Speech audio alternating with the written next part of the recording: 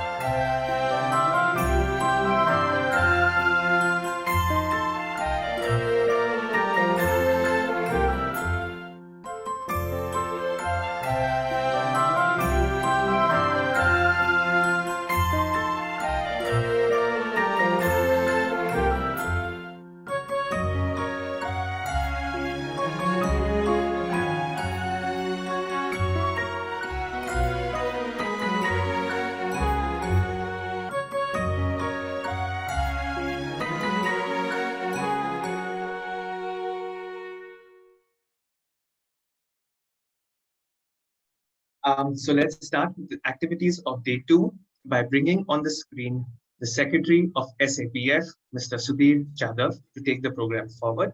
A little bit more about Sudhir. He has set up Bonsai Euphoria, a bonsai design studio at Karjat near Mumbai, and has been recently awarded the Sasya Bandhu Award for his work in bonsai. Good morning, Sudhir. Hi, good morning, Karan. Thank you very much.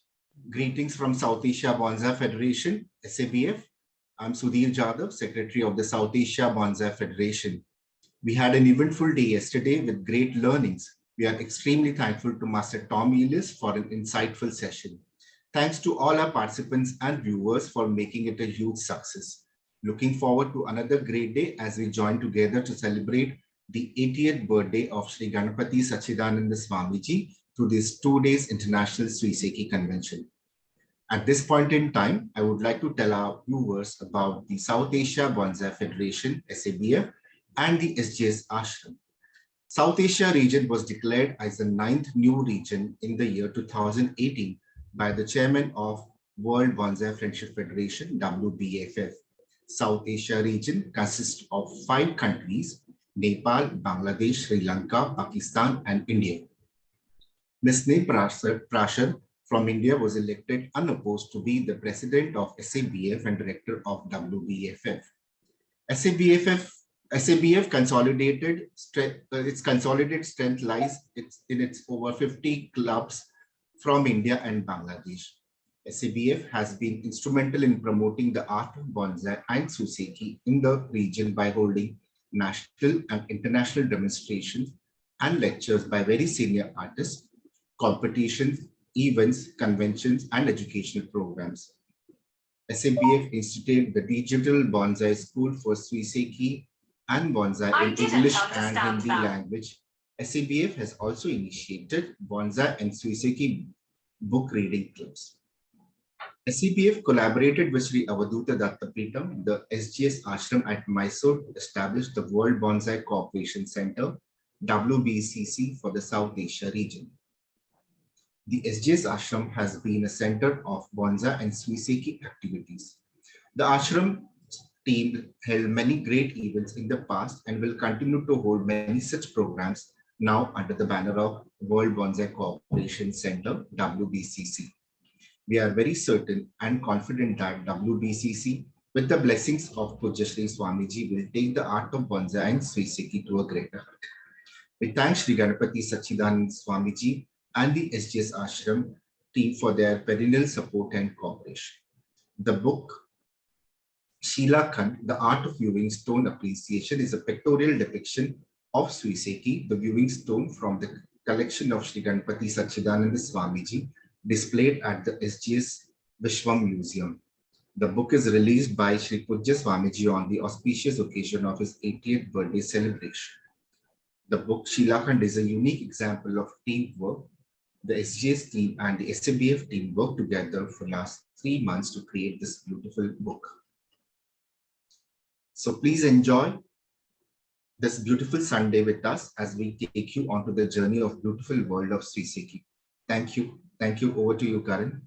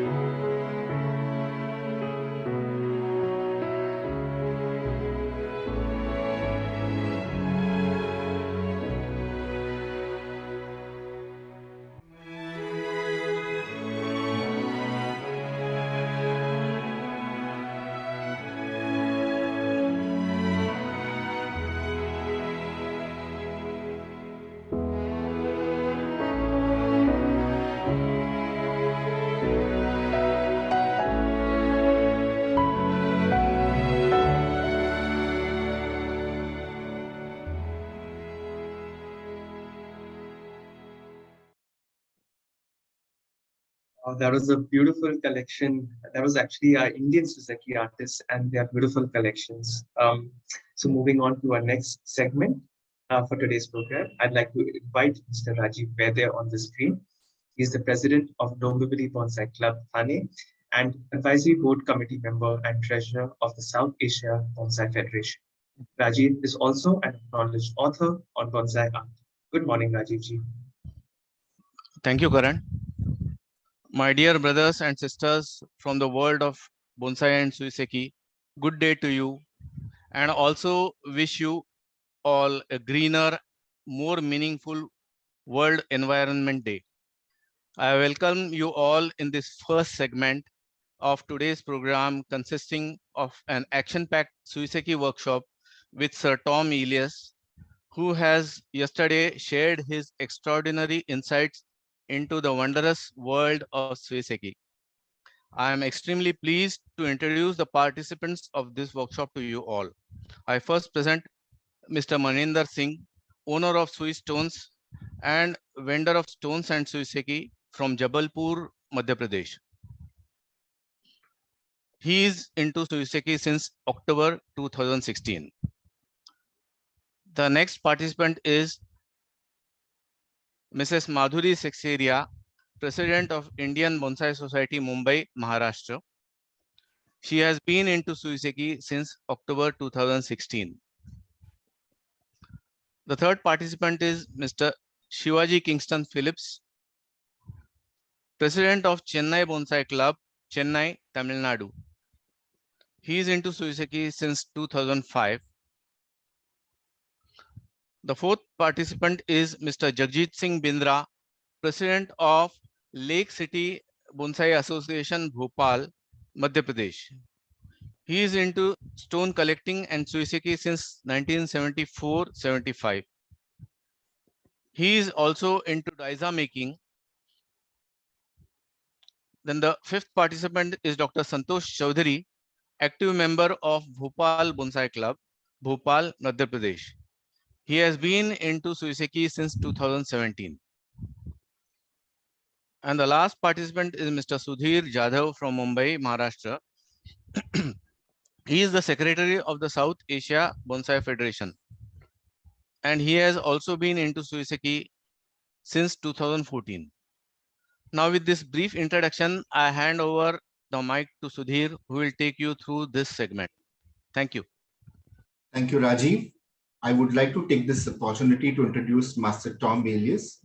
Master Tom is a bonsai historian and a recognized international specialist of viewing stones and Suiseki. He has assembled an extensive library of books, serial publications, and catalogs, mainly in Japanese and Chinese, relating to stone appreciation. Master Tom served as the president of Bonsai Club International BCI for 3 years.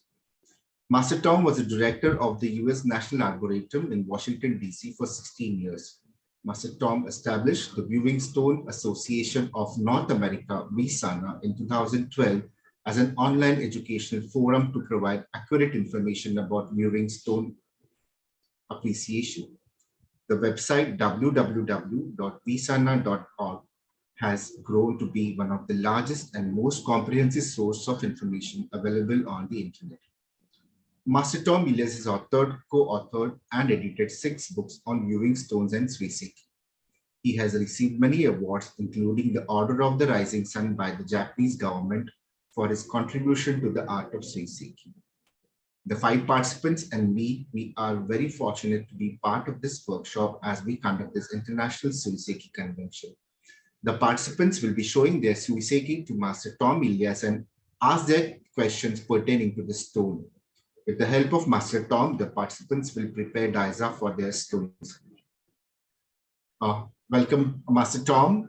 We have the 6 participants, and you in this forum. We are extremely fortunate to be with you in this workshop. At this point in time, I would like to invite Mr. Maninder Singh to the discussion. He has some object stones for discussion with Master Tom.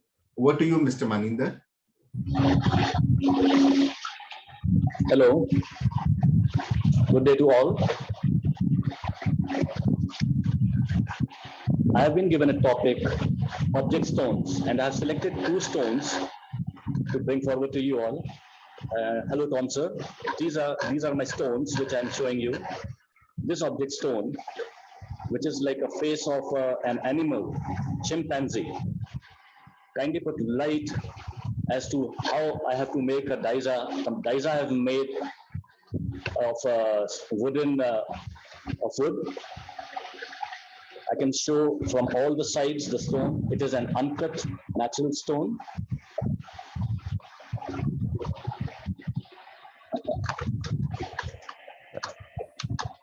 And it is Yes, I can see.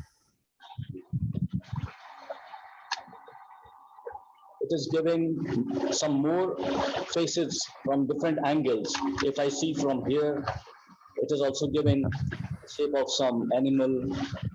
At this point, if I give a turn, a side cut, it is like a Ganesha. Yeah. But I have given it the front, mainly this. I have made a daisa of teak wood.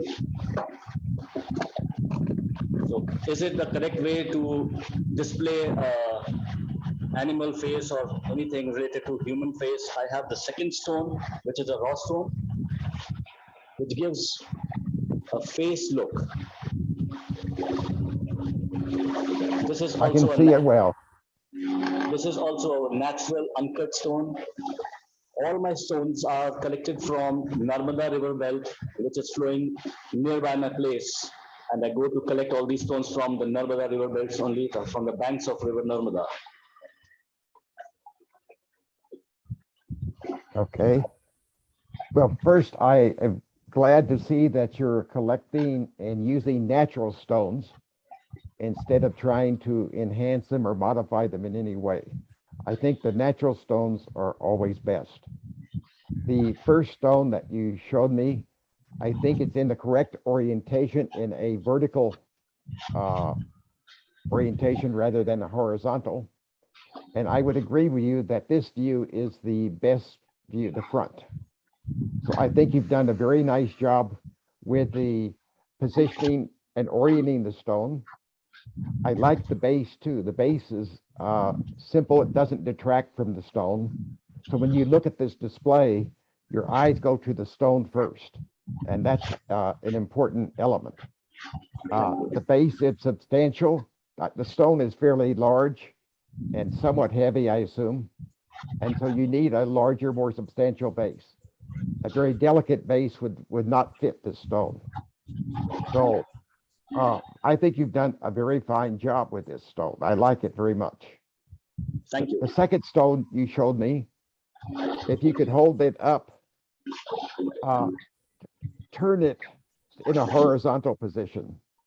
Now turn it towards you, so it's flat.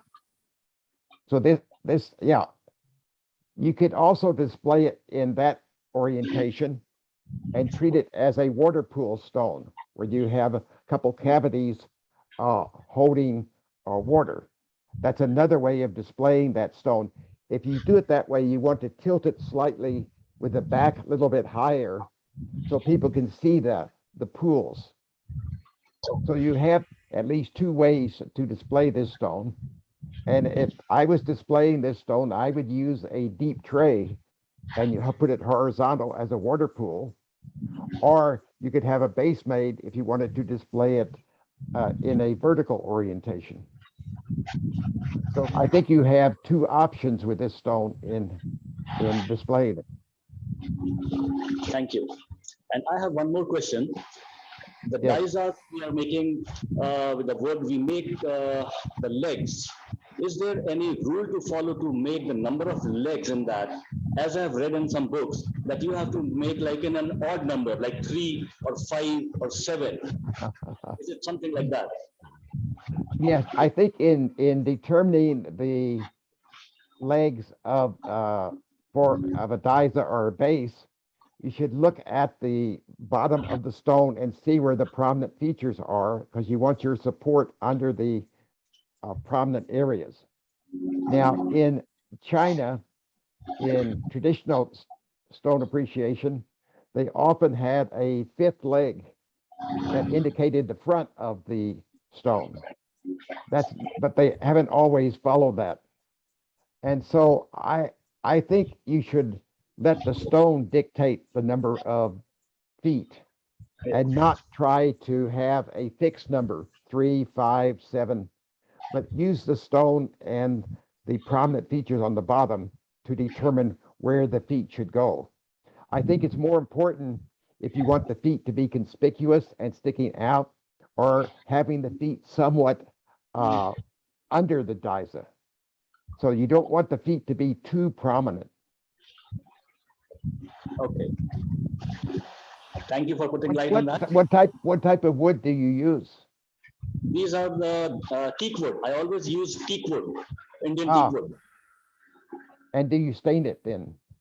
Yeah, these are melamine polished. Yeah, very nice. It's very good quality bases. You made them?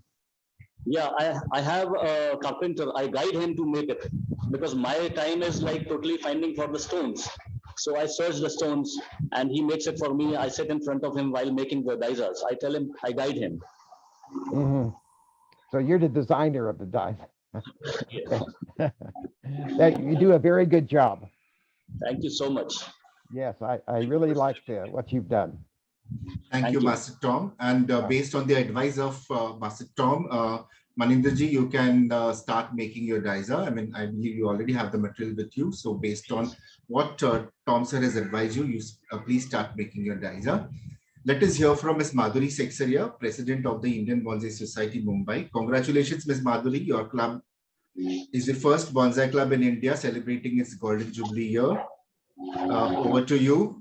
You have some beautiful nature stone, I believe, and I request you to please join into the discussion. Hello, good day, sir. I have a mountain stone here. I want to show you all the sides. Back, side, this, yes, and back. I have chosen this front. And the daisa is also same. But for the front, do you think the daisa is okay? Yes, I can see. And this stone is very raw, sir. I have not done anything. Do you think I should oil it or wax it or do something with it? I'm sorry, I didn't catch the question. The stone is absolutely raw, what I got it. Do you think I should oil it or wax it or do something with it to improve the patina? I prefer natural stones and the natural finish on them. Okay. I know many people will oil it and it will darken the stone somewhat, but it also can leave a oily sheen on it. If you do apply oil, use it very sparingly and rub it on there. But I like this stone as it is. I think that too many people use too much oil and waxes and trying to change the color of the stone rather than appreciate the natural beauty of the stone. So it looks like limestone. Is this from India? No, I got it from a Thai exhibition, sir, about 10 years back. That time I didn't know about Suiseki, but I really loved the stone and got it. And when I started Suiseki, I put it. It looks like some of the Italian stones from northern Italy, the Ligurian area, but it also limestone outcrops like that occur in many places. So it's an attractive stone, and personally, if I had it, I would leave it like that. I wouldn't try to oil it or change it. Yes, sir. Even I liked it this way, so I never touched it. Thank you. I have another stone. I don't know about it, but it looks quite pretty. So I want you to classify it. It has a cut at the base. It has a cut bottom. Yeah, bottom is cut flat to look like that. It has a very attractive pattern. It's really beautiful. And I think it could be displayed in a shallow suiban or tray with sand, or you could have a very subtle, very simple base to put it, where the colors of the just a plain base, so I just tried. I wanted to make a dicer for this with you in the workshop. Mhm. I think it makes a very attractive pattern stone. If you were showing that in Japan, they might call it a biseki or beautiful stone. But I think the pattern is very attractive. I like it too. Thank you. Yeah. Yesterday you were talking about petrified wood. This is wood. Yes, petrified wood. Yes. Yeah, I think that the display of wood is, especially attractive wood objects, should be explored more and utilized more. I know that in Malaysia, they do use wonderful natural wood in displays with bonsai and suiseki and stones. And this particular piece is exceptionally attractive. The hole in the center can have many meanings. So I would encourage you to display this, have some type of base or some way to hold it upright, like in that position. This So position is looking good. Do you want I'm a sorry? suiban for it? Do you think I can put a suiban for it? You could put that in a suiban. I think so. Now, the one thing I would change, well, you have to think about, is the color of the sand. Yeah, Do the you want brown to contrast? Okay. I think it's a natural piece of wood. Since it's a natural piece and hasn't been enhanced greatly, that you could use it. Right. We can put it in a sand suiban.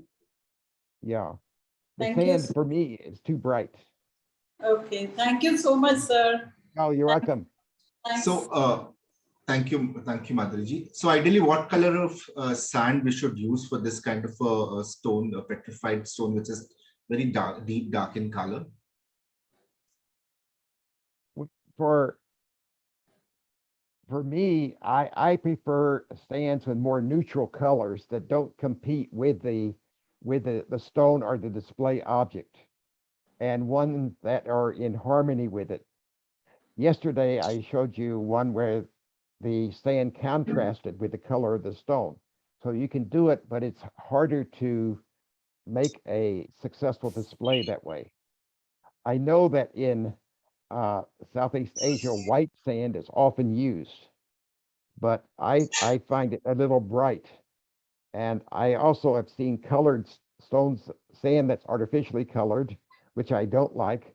There are also black sand and dark green sands that can be used if it complements and is in harmony with the color and texture of the stone. But it's more difficult to do that.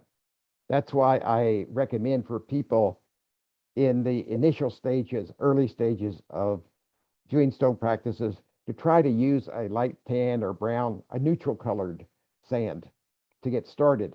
And then as you advance, you can experiment with different color stones, colored suibans, and the color and texture of the rock. Thank you, sir. So, Madhuri ji, you can start making your diza based on the advice of Tom, sir. We now move on to our next participant. Our next participant is from Chennai, Mr. K. Sivaji. Let us see what stone Mr. Sivaji has for discussion with Tom, sir. Over to you, Sivaji, sir. Yes. Good evening, sir. This is my small nature stone that's got full of mountain peaks and waterfalls. So waterfalls, this is a waterfalls this side, and the back side there is a waterfalls, and the distinct waterfall this side. This is the bottom side. So base is made to fit to the bottom. This is the bottom. This is the top.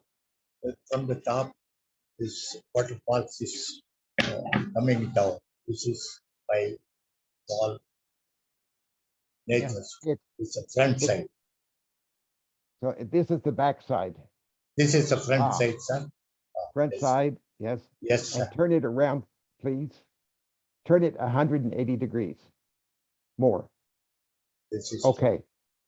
First, much. it's a very attractive waterfall stone. Some people call it a thread waterfall or very narrow Yes, sir. waterfall.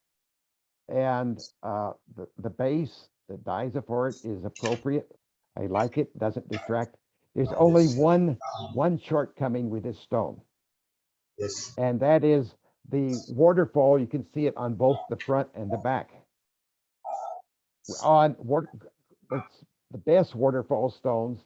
The waterfall only is shown on one side, because in a mountain, a waterfall doesn't come down both sides of the mountain, just one.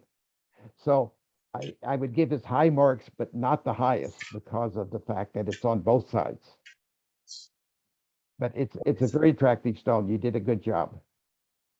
And I have got another stone, sir. This is also a nature stone. I took it from Kerala. And in Northeast India, there is a place called Serapunji.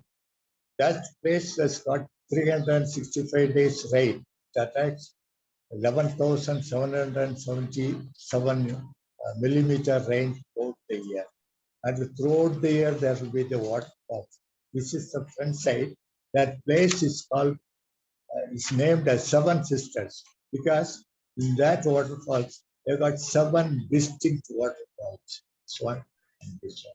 The top will be flat, sir. To see it from the next side mountain, top will be very flat and the water will be flowing like this. And this is the side, one side, and this is the back side. Back side is also some waterfalls, and it is natural. I have seen that place, both the sides are rain. The top will be always covered with rain and mist. So if you go only there is no day without rain. The way that you're holding it, the top of the stone. I want to make a daisa, and there is no daisa. That's why I'm holding this. Or if I put it in the bottom, this will be like a mountain. And this can be the front side. But the 7 sisters in Serapunji is flat, sir. Not like this. Where your left hand is on the, I would consider this to be the top of the stone. Yes, sir. Okay, sir. Yes. Then I will make a mesa like this. You could make a diza for it, or you can make a also display it in a suiban or tray. You could either one would work. And I like the pattern of the calcite or quartz in there. It makes it very interesting. You can have long discussions on what that means. Okay, sir. Okay. Yeah, the patterns are very, very interesting. Because in nature, the Serapunji was just like a flat stone. It will be very attractive to see 7 waterfalls flowing this side and that side. But front side will be 7. So it is called as 7 sisters. When you look at this stone, what comes into your mind? What do you think about? What do you see in this stone? I think about that Serapunji area because that's a very beautiful natural scenery in the North India. Yes. Yeah, you collected this stone yourself? I said I collected it from Kerala, sir. Okay. It is in South India mountain. There is also waterfalls, but not like so beautiful. But I got one question, and whenever people I ask, and it is also in the book, there should be a balance in the society. And either I am unable to understand what is balance, and I am able to fix what is the balance. If you see this stone, I don't know where is the balance in this society. You see, and where is the balance? I want Tom sir to enlighten what is the balance in. Yes, in this orientation with this the top, it's better balance. So I think having the stone appear balanced in any display in a wood tray or a diza or a tray is very important. That it doesn't feel like it's about to fall over, but have it balanced. So yes, it's a very nice stone too. Yes. Thank you. Thank you, sir. Thank you, Master Tom. Thank you, Shivaji sir. Based on the advice of Tom sir, Shivaji sir, you can make your Daisa and work in the background. We now move to our next participant. At this point in time, I would like to travel to Bhopal and speak to Mr. Jagjit Singh Bindra. Let us explore stones from Central India. He has beautiful nature stone and pattern stone to display and discuss. Over to you, Mr. Bindra. Good morning, Tom Elias, sir. Good morning. Sir, this is my this is stone collected from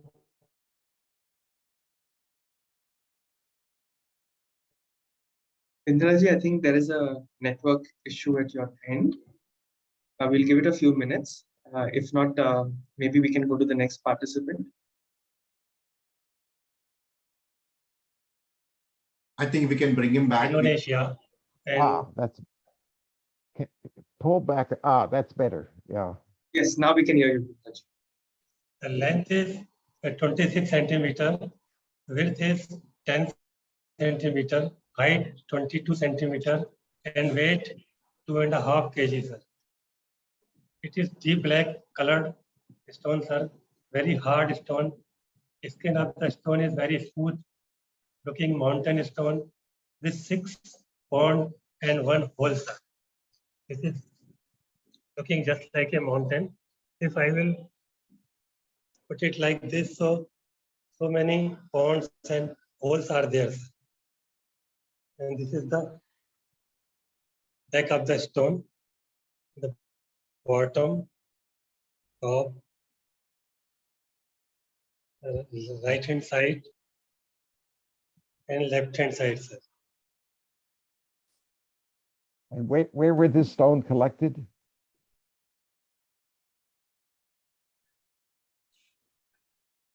Bindraji, where is this stone collected from? ये मैंने Indonesia से लिया था, Jakarta से, Oberlin river stone. Okay. Can you move to the next stone that you want to discuss? जी. आपका जो दूसरा stone है वो बताइए please. ये दूसरा stone है. It is a Eastern stone, sir. You can see one side is looking Buddhist monk, and same stone, another side looking Muslim priest. Yes, this stone, has it been broken to expose that inner pattern? It's a natural broken, sir. Yeah, this is a natural stone. It is not broken. Not broken by me. That is very attractive. Broken, yeah, I think that you could display it that way in a natural cut. Vertical position. Yes, that in that orientation, it makes exposes that dark pattern inside, and would suggest the person, obviously. Bindra ji, Tom sir बोल रहे हैं कि जो pattern आप दिखा रहे हैं, आप उसी को डिस्प्ले कीजिए और उसी को डाइजा पे बेस करके आप उसको हमेशा डिस्प्ले कीजिए. जो मॉन्क है उस तरफ से आप उसको डिस्प्ले कर सकते हैं. तो आप अभी अपना डाइजा बनाइए और हम आपसे थोड़ी देर के बाद फिर से मुलाकात करेंगे. Thank you. मेरी एक रिक्वेस्ट है टॉम सर से. I should say the first stone that he showed, the black stone, is very nice. It's a very interesting stone with so many features, and the small hole is very attractive. I think that stone has a lot of meaning. I don't know the material, but it could possibly be basalt, something like this. So it is an excellent stone. I would love to have it in my collection. Great. So you have some very, very good stones. Bindra ji, आप अपना सवाल पूछिए जल्दी से. मेरा कोई सवाल नहीं है. मेरी एक रिक्वेस्ट है टॉम सर से कि मैं जो भी डाइजा मेकिंग करता हूँ वो हैंड टूल से करता हूँ. सो क्या टॉम सर मुझे electrical tools and bits and इसका कुछ फोटोज वगैरह शेयर कर सकते हैं, जैसे मैं इलेक्ट्रिकल इक्विपमेंट से डाइजा बना सकूं. Okay, Tom sir, what he wants to say is he usually uses hand tools for carving the daisa. he would like to know what kind of electrical or machine tools he can use for making the daisa. So he would like you to suggest some tools, machines tools or electrical tools for making daisa. Some tools or the type of wood? Tools for carving, tools Tools. for carving the daisa. Oh, I think that the rough carving can be done with power tools, the rough outline. And then for the and also to make the socket, you can use power tools to carve the socket and remove the wood, and then hand tools for the finer finishing work.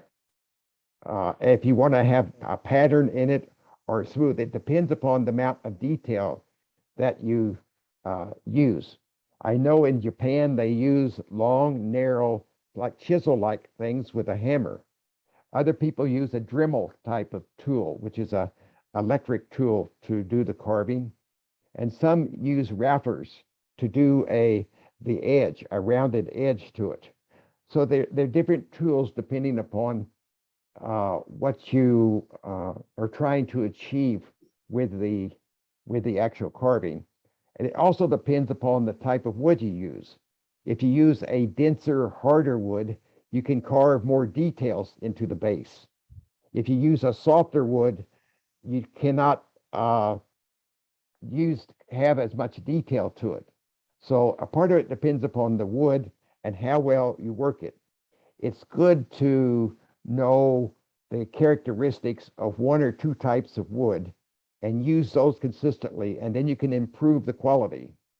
If you use many different types of wood, you're not quite sure how it will chip or respond to power tools or hand tools.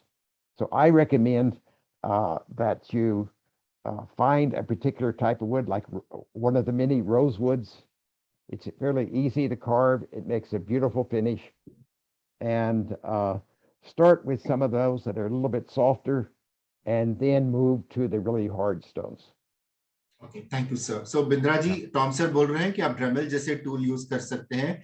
अगर आप कोई soft wood use करें तो उसमें आप ज्यादा detailing नहीं कर सकते हैं, लेकिन अगर आप हार्ड वुड यूज करें तो उसमें आप ज्यादा डिटेल कर सकते हैं.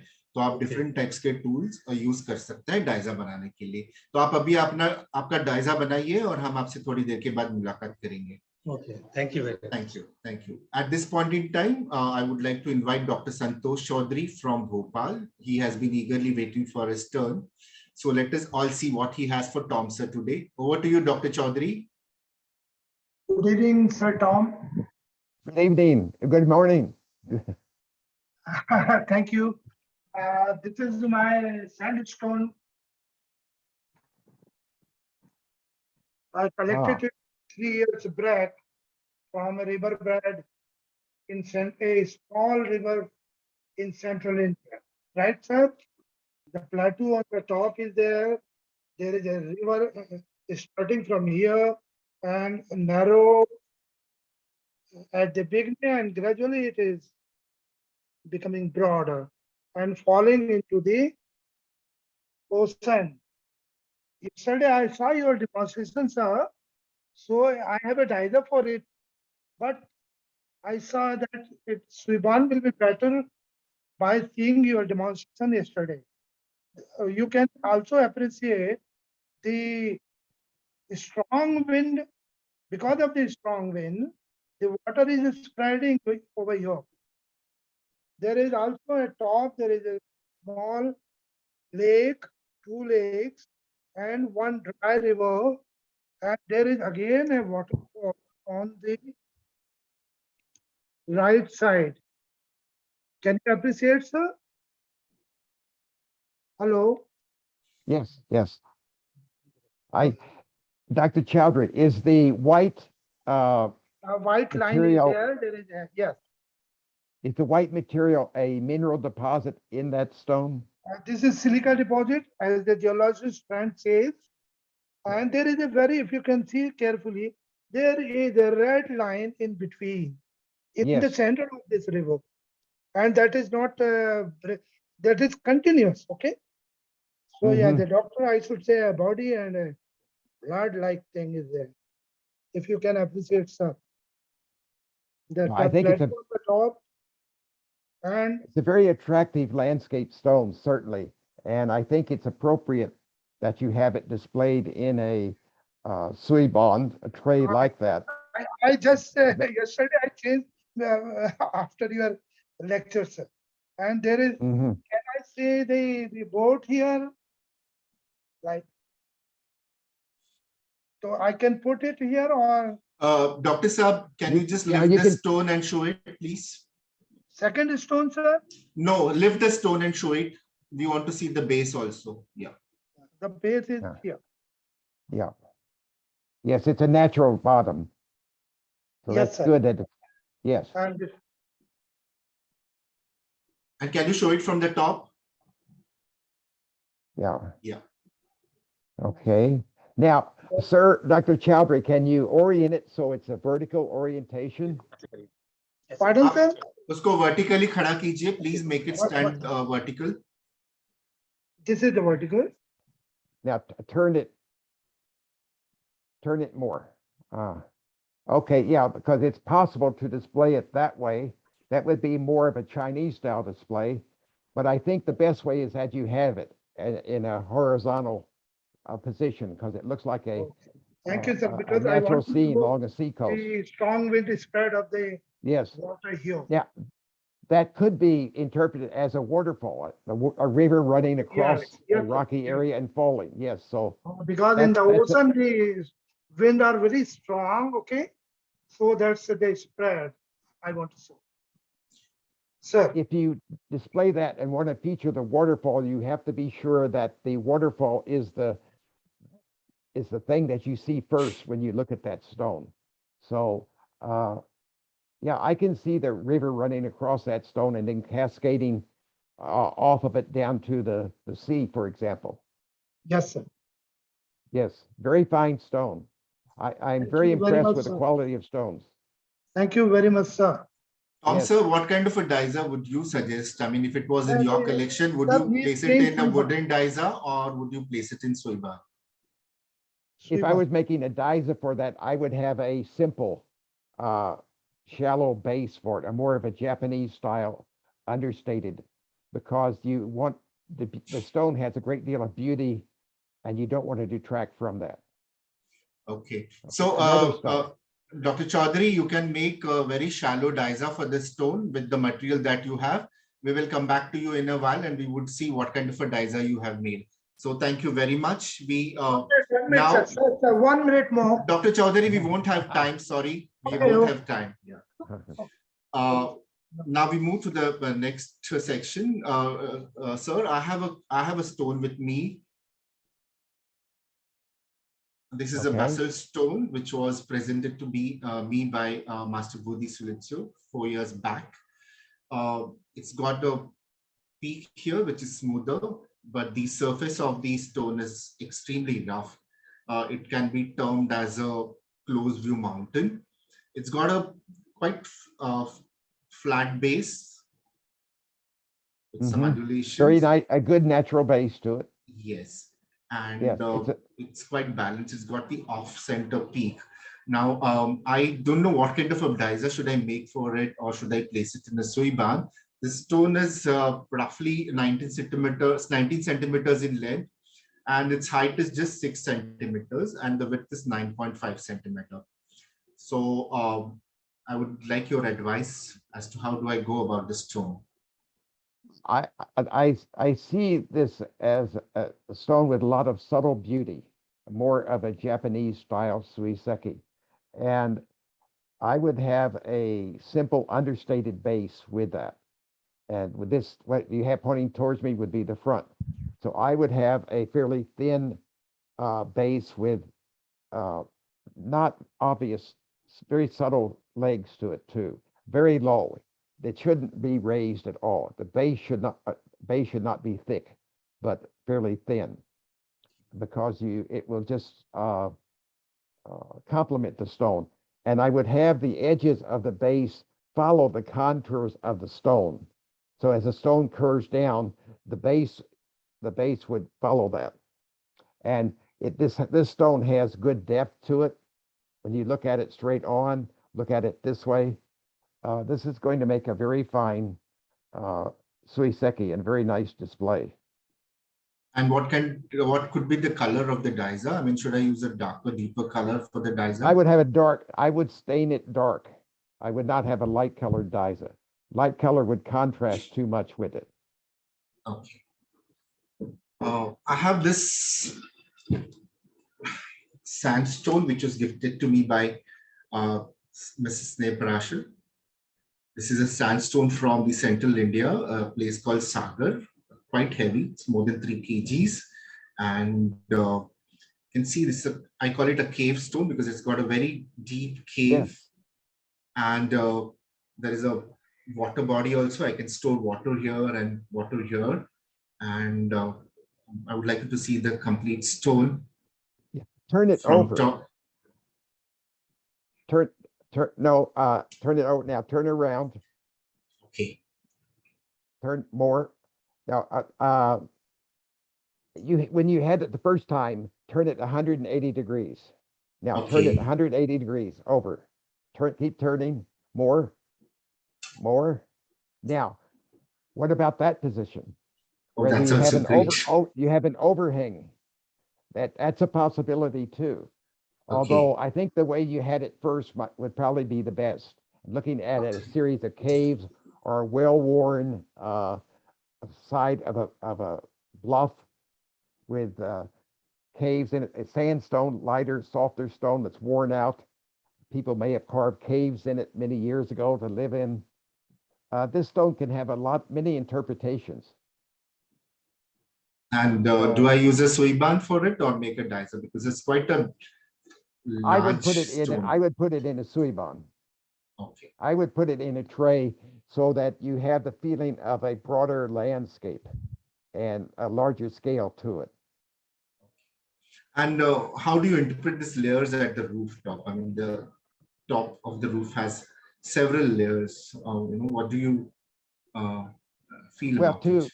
What you could do with this is use one of the little tiny bronze animals, for example, a deer or something, just one or two in there, so that people look at it. The deer is in there getting out of the sun, or where it's going to be spending the night maybe.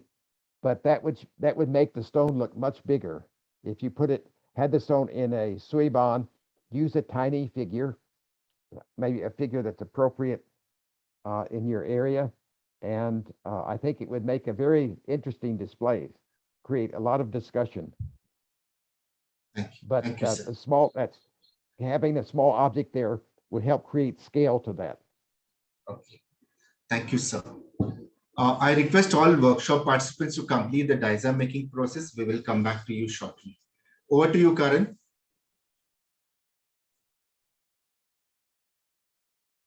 Thank you, participants. Thank you, Sudhir, and of course, Master Tom, for so eloquently advising the participants into and advising them into the dizas for the workshop. Let us quickly just go through all the participants of the workshop and see their work in progress. Let's start off with Mr. Maninder Singh ji. Moving on to Mrs. Madhuri, Sivaji, Mr. Bindra, Mr. Chawdhary, and of course, Sudhir. As you can see, Master Tom, they are working on their dizas with your advice.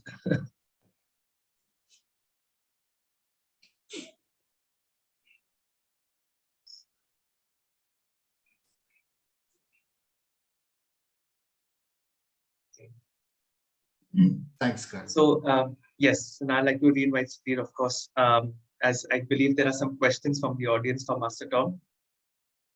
Yeah, thank you, Karan. At this point in time, I would like to bring in the participants into the debate. But before that, I have a question for Tom, sir. Tom, sir, what do you think about the status of art of Suiseki in India? Is India ready and the right destination to pursue and promote the art of viewing stone? What is your opinion? I think absolutely yes, you are ready to pursue this India has a long association of stones with aspects of your religions and appreciation. And I think it's just appropriate to expand looking at native stones and looking at them for their aesthetic qualities and appreciating for it. You have the geological elements are there in India, fairly diverse geology in India, and a long tradition of a sense of beauty, aesthetics. I think all the elements are there to create a wonderful Indian concept for stone appreciation. So I hope that the people will come together and pursue this actively in the future.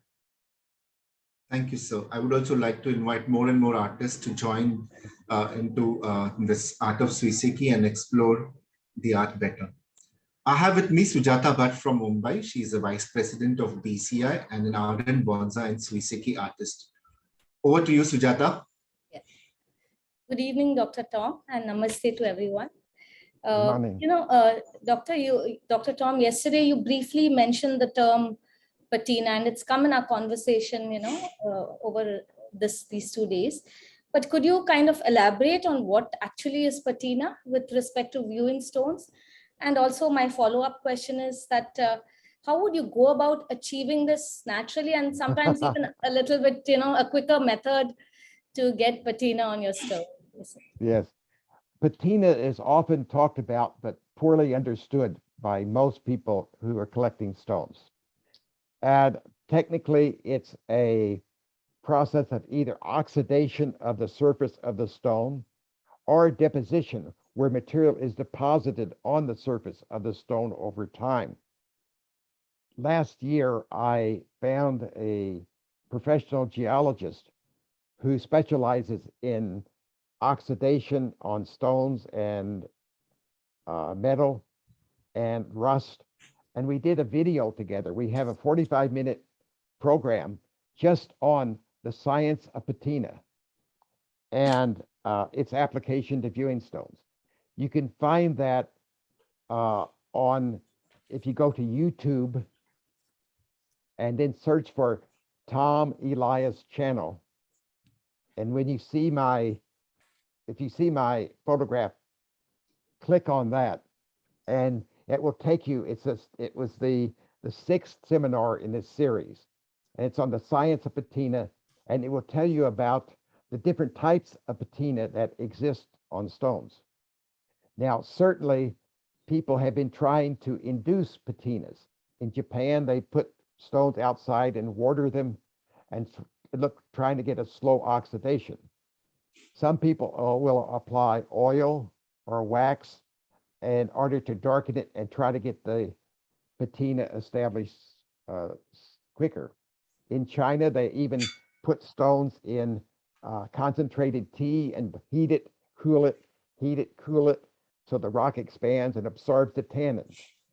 Actually, you can put a stone, say a piece of limestone, a carbonate-based stone, in even freshly ground coffee grounds and leave it for 2 or 3 months. The oil in that coffee grounds will be absorbed by the stone and be turned much darker. You can use potassium permanganate to darken a stone because it's an oxidizing agent. There must be even anything that has oils in it, tannins, natural, you can put on the stone, bury it in there, and the stone will slowly absorb it. Now, if it's a hard stone, a silicate-based stone, like a wax stone, it's not as porous, and it won't absorb that as readily. So on those silicate stones, it's often a deposition of dirt and material that forms on the layer over time. And so it's a different type. So if you go to watch that seminar on the science of patina, I think that you'll have your questions answered. If not, contact me and I will pursue that with you further. Thank you, Tom sir. And I have another question. Like, I mean, I often read in articles that, darker stones are appreciated more and have greater value than lighter stones. And I think this is the Japanese aesthetic sense that they have. I mean, should we, follow that? And what is the reason for that? And should we follow that, or should we have our own kind of aesthetic sense? Oh, what a great question. A very good one too. Well, I think the idea of a darker stone feels calmer, quiet, more peaceful, also gives you a feeling of it's older, as opposed to a freshly harvested, a light gray limestone feels younger and fresher, more dynamic. And so in Japan, they prefer, in Japanese aesthetics, they prefer the subtle beauty and the quietness.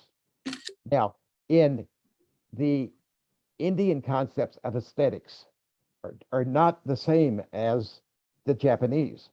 So I think it's important for you to, and others, to try to apply your concepts of aesthetics and sense of beauty to the stones.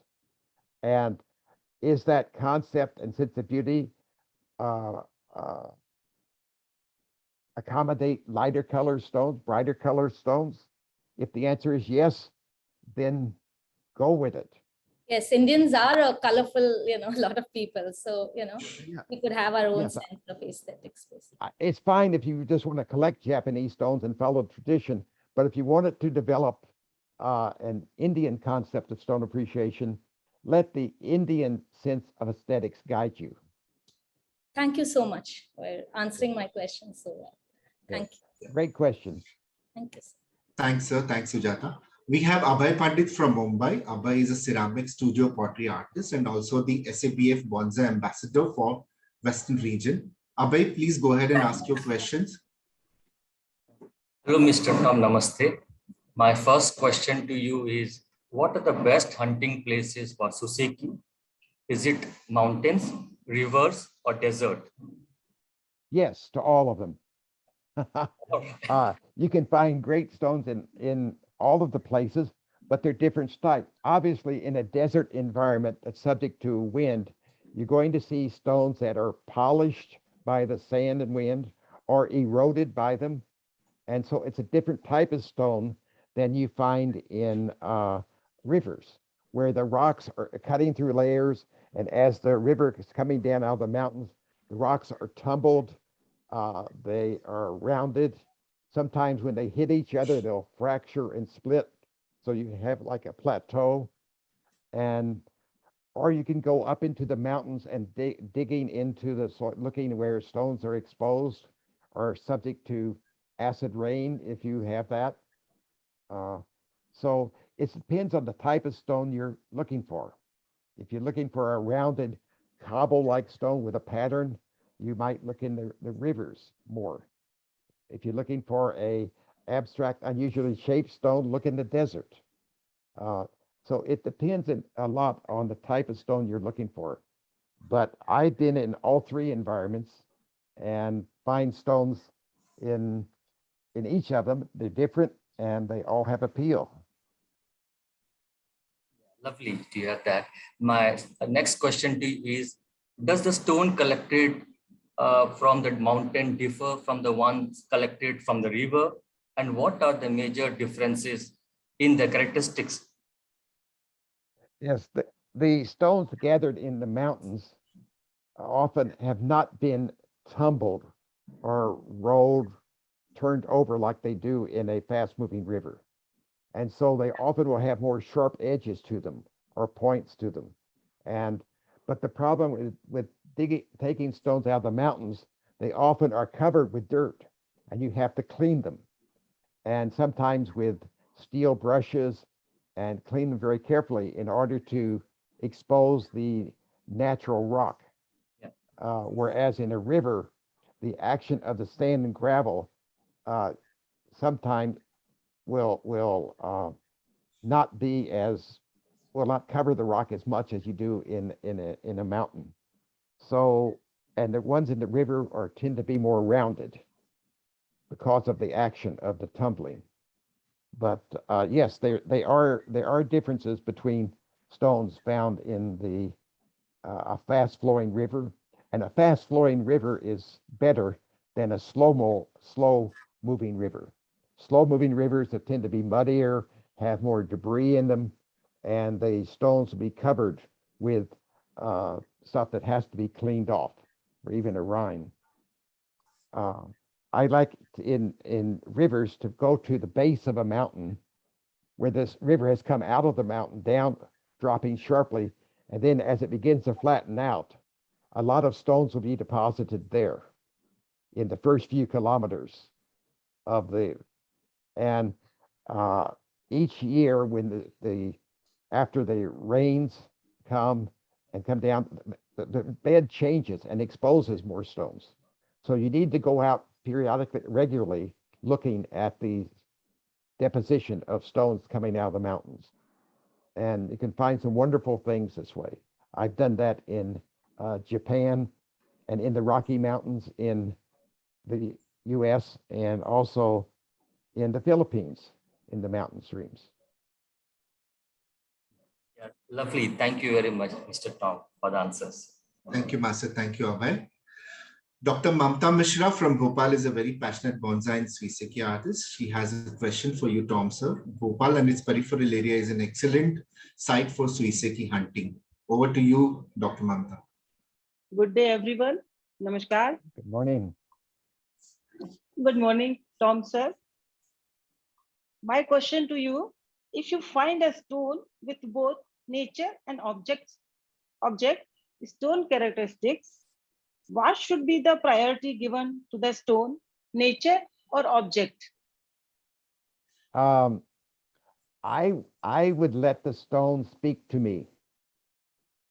I would look at the features and characteristics of the stone, and I would see what are the strongest features and what does it say to me? How do I interpret it? I don't place a priority of nature, a scenic landscape rock over a object rock, because some of the very best stones that I've seen in Japan and China can be either one.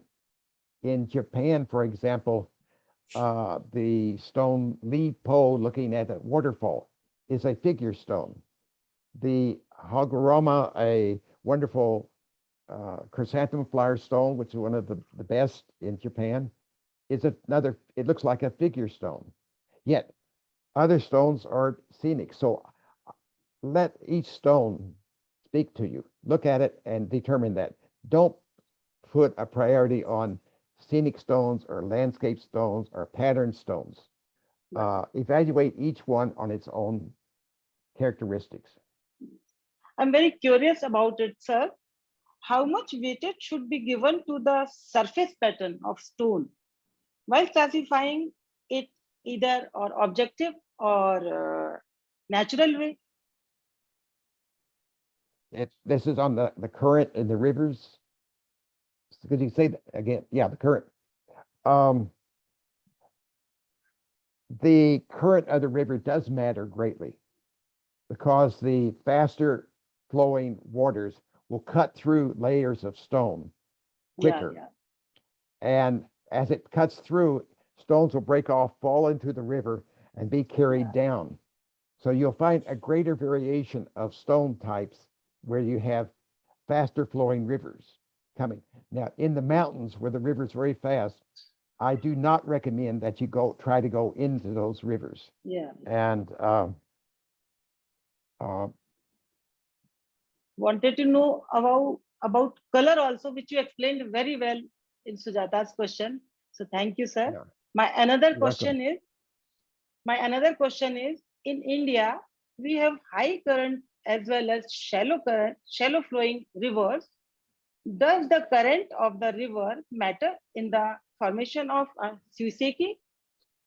Yes, it does, obviously, because the faster the current, the more stones are going to be carried. They're going to crash against each other, and as they do, they'll fracture and split. In shallow flowing waters, when with slower moving waters, you don't have that kind of action or deposits. Now I like to collect in relatively clear water streams or rivers coming out of mountains, as opposed to lowland rivers. Sir, in India, we have both high as well as low current flowing rivers. I would like to throw some light on the various criteria which will help decide the Suiseki pattern on a given stone belong to which current river, that is shallow or high. But you mean the shallow, the depth of the river, or the how fast it's flowing? The depth of the river. Yeah. Depth of the river. Okay. Sure. Most of my collecting has been in shallow rivers on the river banks. I don't go out into the deeper parts of the river. I'm getting too old for that. So I like to stay where it's safe. I know that in China, in some of the rivers, they will go down 50 or 60 feet, say 15 meters, 20 meters deep to bring rocks up. But they often use mechanical equipment for that. And that requires a more professional level construction equipment. I don't do that. I like to prefer to just be in shallower rivers and currents. Now, when I was younger, I would be much younger, I would be in deeper waters looking for stones. But I don't do that now. So you have to be careful of your safety. Yeah. And if you're going to a river, go with somebody else, because it's easy to slip on a rock. Yeah. Got it, sir. Got it, sir. Very well explained. Thank you so much, sir. Thank you. You're welcome. Thank you, Dr. Mamta. We now move on to Veer Chawdhary. Veer Chawdhary is a bonsai artist from Kakinada, Southern India, and runs a bonsai studio called Bonsaipedia. He would like to ask a question. Over to you, Veer. Yeah. Good evening, Dr. Tom. Good morning. So my first question is, what are the latest trends in Suiseki, apart from the traditional ones being followed? I think that the biggest changes I see, there are two types that I observe. One is that people are experimenting with more contemporary style displays of stones rather than traditional, especially among younger people. They live in apartments or a condominium. They have more modern style of furniture. They don't have the traditional ways of displaying things as their parents or grandparents may have done. And so they're looking for new ways of displaying stones. I think that's certainly one of the things that I've observed. And I think it's appropriate that if the stone display doesn't fit in with your lifestyle, you're very unlikely to continue to collect and display them. Yeah, I've just forgotten the second one. So the second question is, while purchasing a Suiseki stone, how do we identify if the stone is a natural one or a modified or a fake one?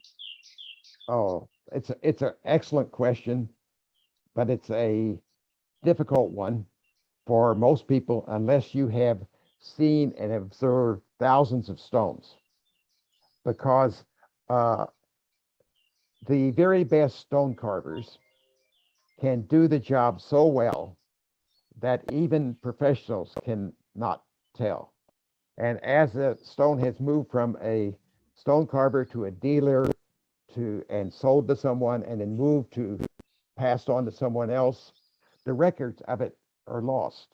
And I know with most dealers, they have a policy: if don't ask, don't tell. If customer doesn't ask, has the stone been worked or modified, they don't tell you. And I always ask that question of dealers. I know early on, 20 years ago, I purchased a couple of stones in Japan in which they said, oh, this only been very lightly worked on the bottom. But 10 years, 15 years later, when I wanted to display it in Japan, they said, oh, no, this stone has been manufactured. And so I've learned from experience, and also my wife and I have spent several days with professional stone carvers in Japan and in China. And repeatedly, we go back again and we see the stones that they make. And on one of the visits, the stone carver pulled out a book, opened it up, and it was a newly published book about Suiseki. And the stones said, these are natural. And he told me, I made this one on such and such a year, and I made this one. So it takes experience, and being with somebody that can show you this stone has been worked or this stone has not. Now, I have a seminar just on this, also on the YouTube I mentioned. There is a seminar just on the practice of enhancing stones in China and Japan. You may want to look at that, and so you can see it. If you can ever have the opportunity to visit me in my home, I can show you examples of partially made, fully made, and how the stones are actually modified. And I just have a follow-up question. Yesterday, I was listening to your lecture and it was very enlightening. But you haven't mentioned, like when you were talking about scale, you haven't mentioned that, you can even display kusumonos or accent plants. So is it allowed to display kusumonos and accent plants when you are displaying Suiseki? Oh, yes. Yeah, you can use kusumona displays, small plant, living plants. I didn't, you're right, I didn't mention that, but I should have. It's the accompanying plants, accompanying objects should be complement the stone and help to convey a message, what this display is about. So you can use small plants, you can use carvings, a little, say a wood pagoda, any type of art that help provide the scale and convey the meaning of your display. Thank you so much. Thank you, Master. Thank you. Thank you, Veer. Thank you. Sir, I have pointing that out. So, sir, I have a question for you. Are there characteristics very specific to the Suiseki found in a particular region? For example, stones found in Japan have any specific characteristics that may not be found in stones from European countries? So, do the stones differ from region to region? Are there stones found in different regions? Yes. Are they having different characteristics? Like, for example, if you find a stone in Japan, is the characteristic very different from a stone which could be found in European or any other region for that matter? Yes, I understand your question now. It depends on the geology. For example, Japan is a very mountainous country that was formed. It split off from the plate from China. It's been subject to a lot of volcanic activity. And so if you have other countries, other areas with similar type of geological history, the Philippines, for example, and in some of Indonesia, a lot of volcanic, you'll find similar stones to those found in Japan.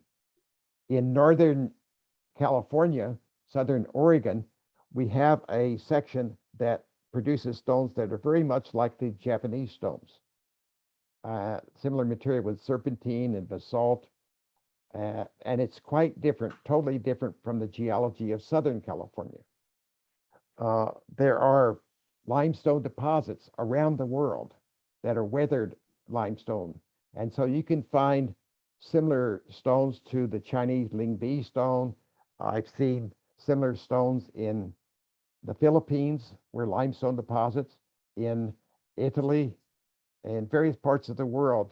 You can find weathered limestone that are very similar. So it's not country specific. It depends upon the geology and the geological actions, the cracking, uplifting, folding, volcanic activity, earthquakes, all contribute to the formation of stones. Also, it's important to remember that stones are being formed today. Not all stones are the same age.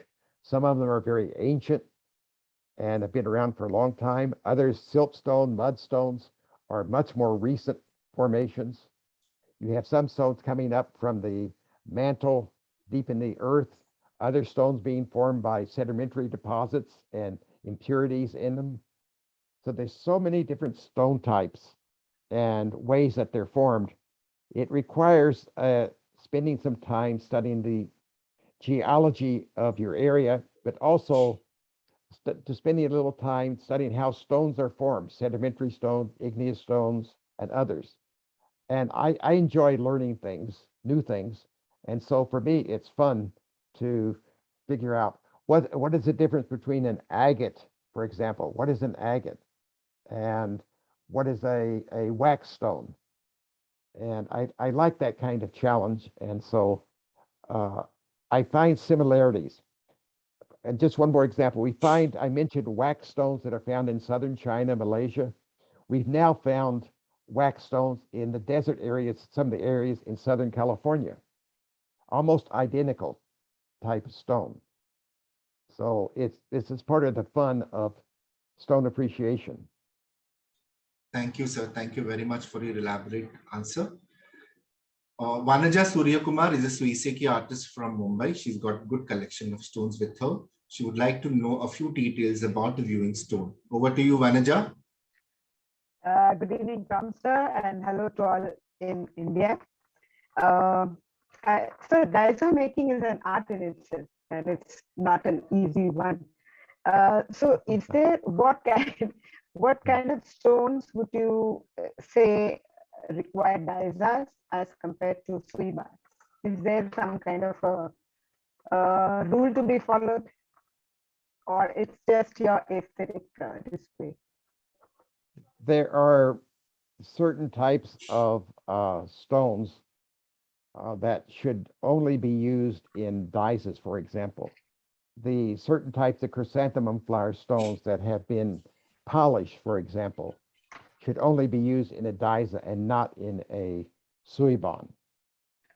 Certain figure stones, if it's a human or a deity, probably are best displayed in a daisa, one that looks like a pedestal or maybe a shape of a lotus flower. You don't normally display those in a suiban. Landscape stones, a plateau, a mountain stone, a waterfall, are much more suitable for suibans than they are for the daisa. And so there are differences there where one type of display mechanism is better. And yes, go ahead. Sorry. No, on the same note, when you're using a suiban, is there any proportion to the stone, how long it should be or wider it should be? Yes. When you're using a suiban and you have a stone in it, how much of the suiban should be free with open space in it? And there are just a guideline, not a rigid rule, is maybe 1/3 to 1/2 of the suiban should be occupied by the stone. If the stone is occupying, say, 3/4 or more of the suiban's too small for that stone. So allow enough space in the. Likewise, if the stone is too small, it gets lost in the suiban. So you want the stone to be the primary object of your viewing. And so it has to, if it occupies, say, 2/3 of it, 1/2 to 2/3 of it, it will probably be the primary object you see. Okay. So the second question is, while it's actually adding on to Veer's question, while purchasing a stone, how do we ensure that we don't pay more than the worth of the stone? What type of stones to have a higher value? Well, when you're just beginning to collect stones and pursuing it, you're very enthusiastic. if you go to China or go to Japan or go anywhere where there are vendors and they see, oh, here's a person that doesn't know a lot about stones, they're enthusiastic, I can charge them more. So you'll probably pay more initially than you should. I've done that. And now after almost 30 years of visiting shops and so on, I'm pretty familiar with the type of stone and the approximate price of it. And so I don't hesitate to tell them that I think they're charging too much and they should charge lower. And the best way to do that, I think, is to start buying small or less expensive stones and go around and look at all the vendors and look at all the stones and start learning the stones and the prices. I know that I think I mentioned yesterday when I went to some of the stone markets in China and they see me, oh, here's a round-eyed Westerner from the States. He has lots of money. Let's charge him 3 or 4 times what the stone is worth. Well, I've learned now what the value of the stone and what the stone is, and I tell them that, and they're surprised. And so, but there are many really reputable dealers, and if it's good to find a reputable dealer to work with and to help you build a collection. And if you can establish a rapport with 1 or 2 or 3 people that are good sellers, they can look for certain types of stones for you and help you build a collection over time as your knowledge and sophistication level improves. So don't go out and pay thousands of dollars for a stone initially. Start with the lower levels and gradually build up and try to gain that experience. Thanks, Vanaja. Thank you so much for answering those questions. Yeah, you're welcome. Thank you. Thank you, Master. Now I come to the last question of this segment. Sir, what kind of books would you suggest for a beginner, a beginner Suiseki artist? And what are the books available for advanced topics in Suiseki, if you can suggest a few? Another very good question. There are several books, a number of books.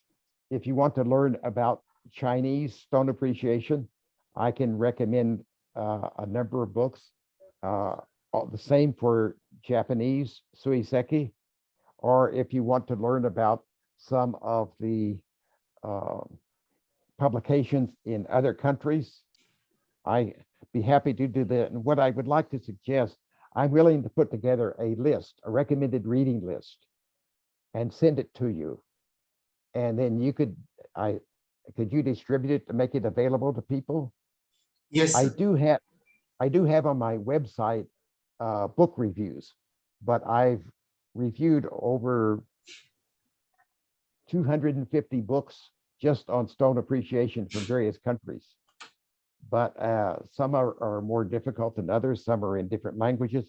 But I can send you a reading list of maybe 15 or 20 publications in English that are good to use from people just starting out to people looking at more advanced levels and aspects of it. So I'd be happy to send that to you. Thank you, sir. If you send it across to me, I would be sharing with all the participants and all the viewers. Thank you so much. And your site, www.visana.org, is a great repository of knowledge on the subject. So, I would request all of you, all the participants who are on the show today, to please visit the website and learn more about the viewing stone or Suiseki as such. I once again thank Master Tom for patiently answering the questions posed by the delegates over here. Thanks to the delegate members for their keen interest and cooperation. At this point in time, Karan, I request you to please get on to our next session. Thank you so much. Oh, you're welcome. Thank you, participants, and of course, thank you, Master Tom, again for patiently answering all the questions and advising our participants on making their dices. Master Tom, you always have a calming effect in the way you explain things and inspire us to get out and move ahead on a journey of appreciating stones. So thank you, always. So for the next part of our program, I would like to invite Mrs. Sujata Bhatt back on the screen She is the Vice President of Bonsai Clubs International and the Director of PCI. Hello, Suchana. Hello. So, namaste everyone, and good day to you all. What is that one thing which is a work of art that expresses the beauty of nature, but you can still enjoy on the palm of your hand? Any guesses? Let me tell it to you. It's Shohin bonsai. Shohin bonsai literally means small bonsai within 10 inches or 20 centimeters in height, measured from the rim of the pot. Shohin are styled similar to large bonsai. However, their care and maintenance is extremely hard. Apart from being harder to keep alive, the biggest difference between Shohin and large bonsai is the way they are displayed. While large bonsai are displayed as standalones, Shohin bonsai are often set on display stands along with accent plants, sometimes Suiseki, and figurines too. On this World Environment Day, to add a little touch of greenery to our convention, we decided to invite photographs of Shohin bonsai from bonsai enthusiasts all over India. We received a good response from all corners of the country. The photographs were then compiled into a video, which is going to be presented to you. Some of the Shohin are displayed as standalones, and some have been displayed on stands. I sincerely like to thank all those who have made efforts to take photographs of their Shohin bonsai and have contributed to this video. I would also like to thank Pujya Swamiji, as well as Kishkinda Mulika Gardens and Mrs. Sneh Prasar, the president of SABF, for having the vision to showcase India's Shohin collection to the international audience. Please enjoy the video, and over to Karan.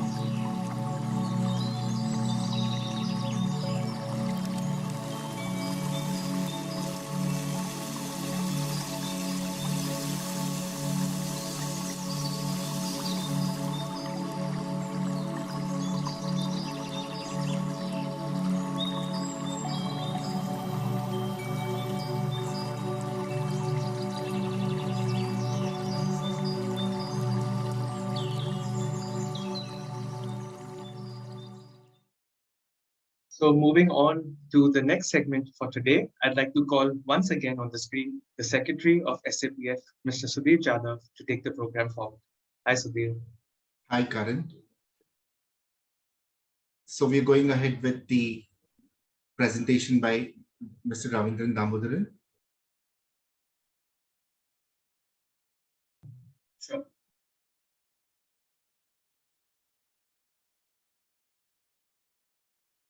Karan, so we are going ahead with the presentation by Yes. Mr. Ravindran Damodaran. Yes, yes. Thank you. Hello, friends. Mr. Ravindran is an international consultant to the World Bonsai Friendship Federation, WBFF, and the president of Kerala Bonsai Association. He is one of the very senior bonsai artists in India and has represented the country at many international conventions through his demonstrations.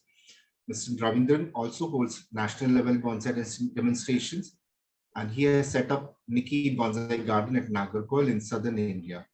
Mr. Ravindran will be assisted by Mr. David John Nanam from Chennai. Mr. David is a very seasoned and passionate bonsai artist.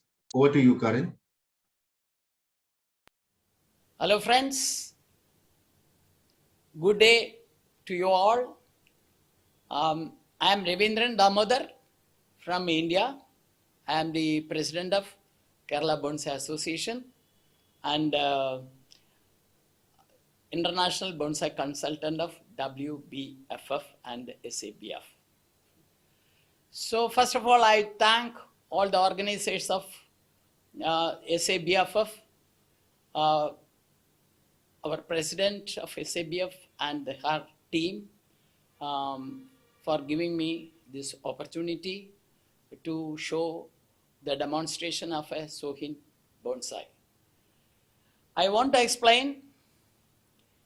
This is a convention of Suiseki, the weaving stones, a Suiseki convention. Then you may think, what is the role of demonstration of a bonsai along with this? Because I am explaining or showing about Shohin bonsai, a small bonsai, which is an accent plant or a complementary plant displayed along with the stone. That is the importance of this demonstration. So I am going to create a Shohin bonsai which is suitable for displaying along with the Suiseki stones or weaving stones. Here my material is Premna, Premna microphylla. So for Shohin bonsai, we can't create a Shohin bonsai with all the materials or all the species. So certain species are highly suitable for Shohin bonsai. I want to explain some of the suitable species. One is this Premna microphylla, then Carmona microphylla, and Chinese elm, then ficus. In ficus, there is a small leaf ficus. All are good, especially ficus microphylla, tiger bark. These are all good for. And any small leaf plant which is producing a lot of ramification and small size, which are the, for example, there is a Melania asiatica, which is highly suitable for this, and so many other plants are highly suitable for this. Now I am concerned with the Premna microphylla. Then I will tell you that is the importance of Premna microphylla is it is having the character producing high ramification. When you go on pruning, it will produce very small leaf. At the same time, it will produce a lot of ramified branches. That is very interesting and very attractive as a small bonsai. So here this material, which I am nurturing it for several years, for mainly for a small bonsai or a medium bonsai. But this is suitable as a medium bonsai at the present condition. This I am going to change it to a Shohin bonsai. That is bonsai up to 9 to 10 inch or slightly 1 inch more or 1 inch less. That is the correct size. There is some personal views also there along with this. So I am making this as a Shohin bonsai. You see this, you can see this leaf of the microphylla. This is very big. When you prune it, it will become small like this. That is the character of this. So this character is highly suitable for Mami bonsai or Shohin bonsai. Now the material is here. It is a very old material, more than 10 to 12 years old. It is lot of roots are exposed. First, I want to fix its front side. You see everything. I want to check its root system. You see this root system. So I am going to remove some portion of this, remove the cover.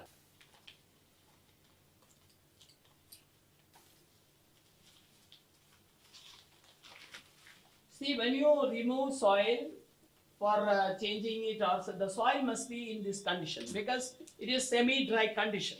Then only you can remove the soil without damaging much of the root system. This is ideal condition to remove the soil. That is very, very important.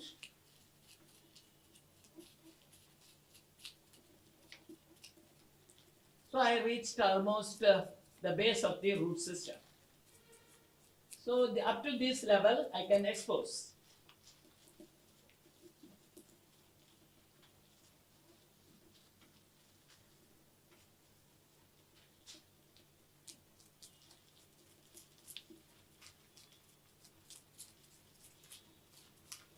Now I want to fix the front side. This will never be a front side. This side or this side is the best. You see this natural formation of the gene and some shadi. These are all natural formations, so you have to utilize that. So I see that this is the best friend. So I am fixing this as the best friend. So after fixing the front side, then I will work on the branches and remove the unnecessary branches. That I am going to do it. Now I have fixed the front side. This is the front side. And then I will decide its design. So I think that I am making a semi-cascade with the another head movement. So I will remove all the other unwanted branches and unwanted branches. So first I will cut this.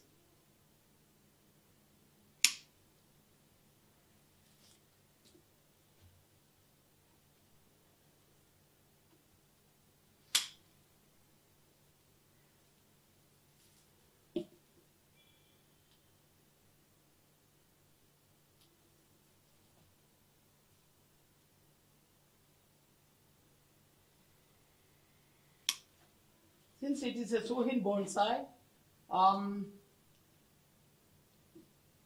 we don't have much growth and everything. So I am removing only the very few branches.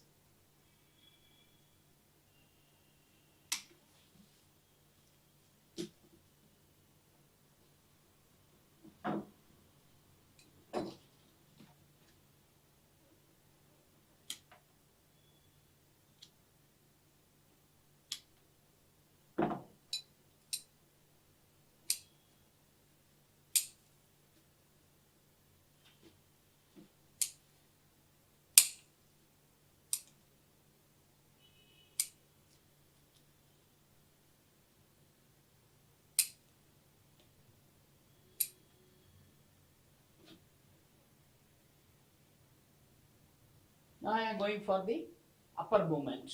This is the lower movement. This is the formed as the semi-cascade movement. And I want to keep one portion as the head of that. So I am thinking of this portion.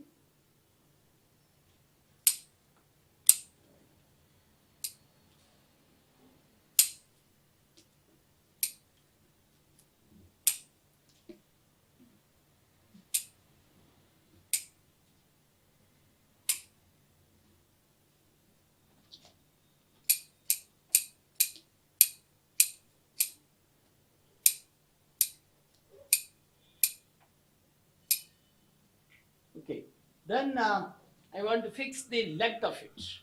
That is, I feel that this will come to this level. So it will come to this level and almost to half of this portion.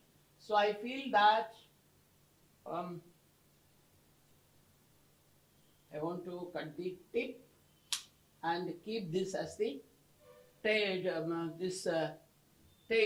of this leader of this moment.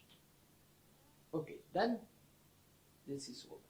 Then this portion I want to gin it off. So I will keep only some portions for ginning.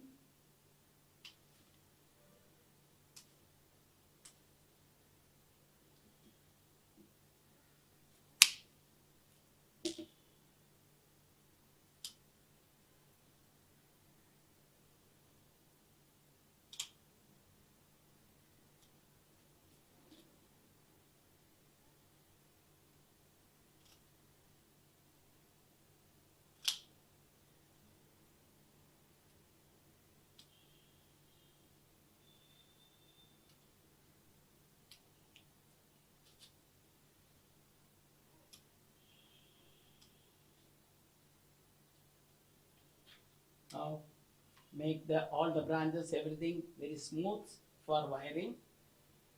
Now the main work is wiring. And for wiring and ginning work, I seek the help of my friend, Mr. David. Please come, David. He is working on bonsai for the last 2 decades, and he's a very talented bonsai artist with a peculiar taste for creating something new and with some artistic way, according to him. He is a member of Chennai Bonsai Club, and he is having very close association with me in so many works. So I ask him to work for me in this venture. So please, yes, this is final result. Then now we are going to wire it. Well, anchoring is very, very important. So he is anchoring it on the back of a branch, which is a dead branch, and then wiring it and take it.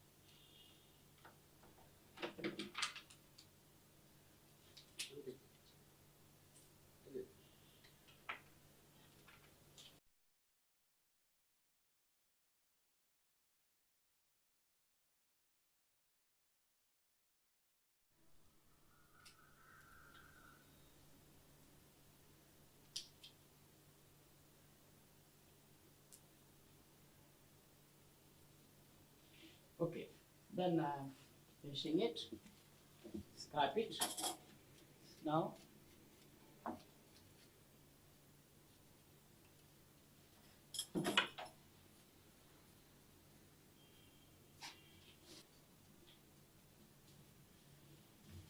because gin in Premna,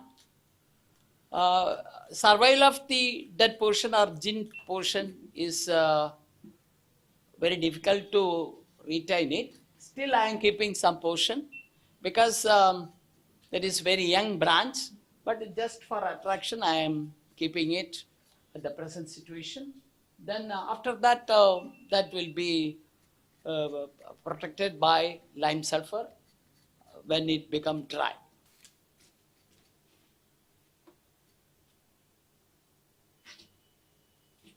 Then I am wearing this upper portion.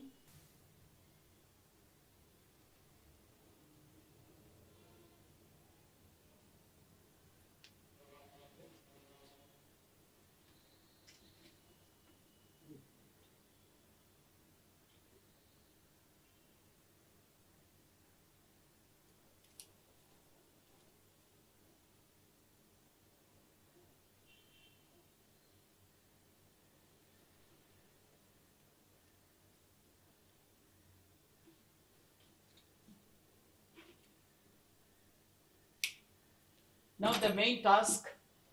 Now I have to, you see some portion.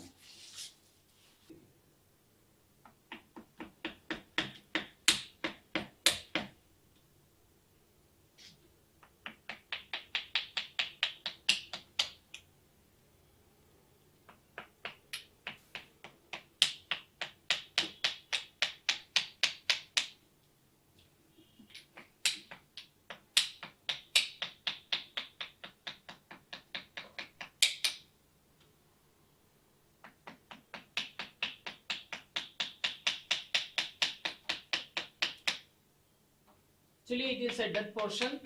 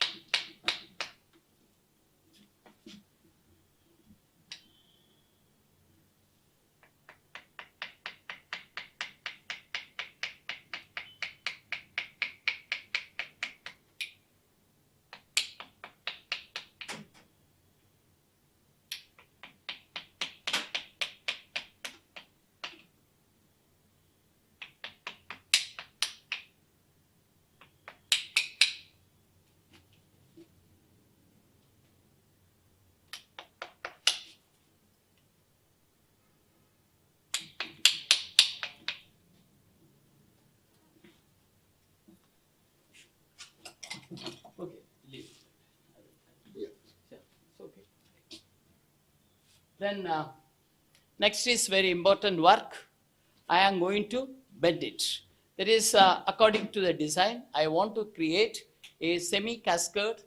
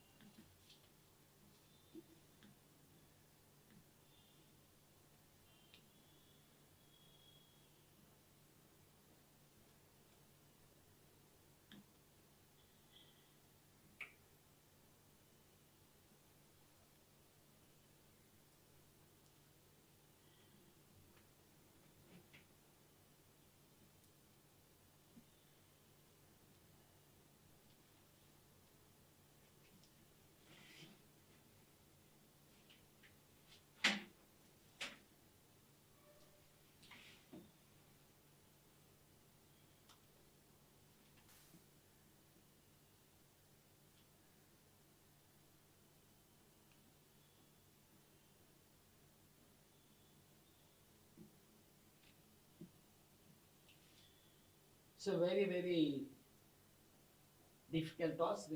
Without breaking it, I have to bend it.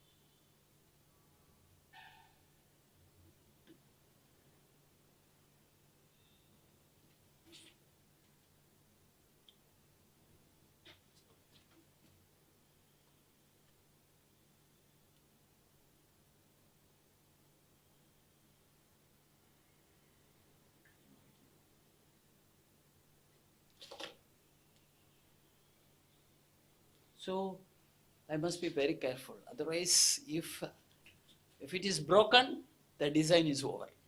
So you have to be careful in bending it.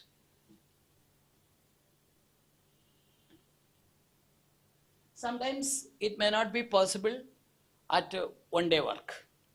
So then I have to wait for another 1 or 2 weeks. Then again I bend it. It must come very close up to this level. And it must come like this.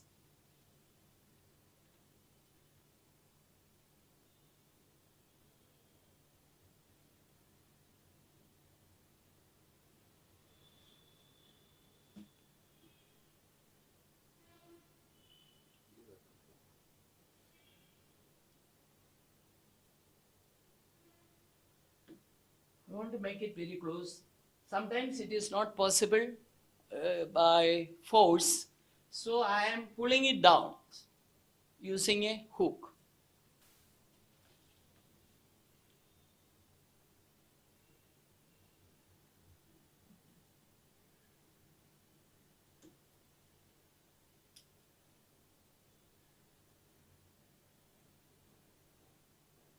I want to make it very close, almost very close to the lower portion. That is not possible at one stretch. So with this hook, I am bending it down. After 2 weeks, again I can bend it down more.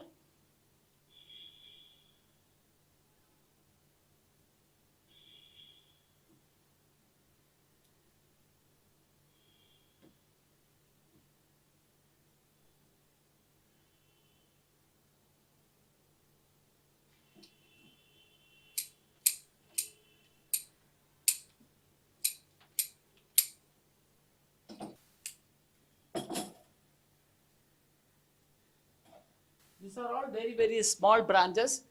So first I have to develop the branches long, then only I can do the wiring. Here I can do wiring only to this branch and this branch, only these 2 branches. That is with the very thin wire.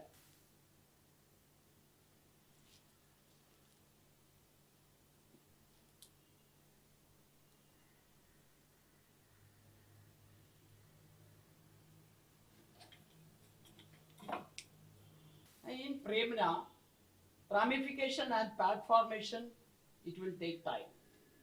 So you have to feed it well, give more chemical, this urea, and prune it, develop ramification and long branches, and then after that prune it, wire it, and create a good ramified branches around this portion. Meanwhile, you can bend it more down.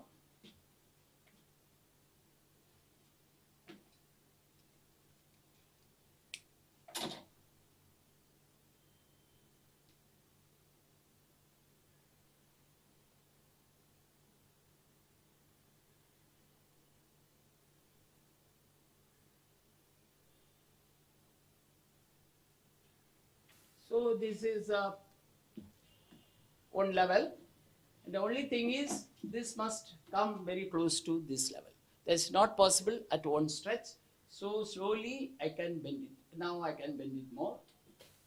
So refinement of this portion, it will take time. And only this portion also, lot of branches and ramified branches and pad formation I have to create.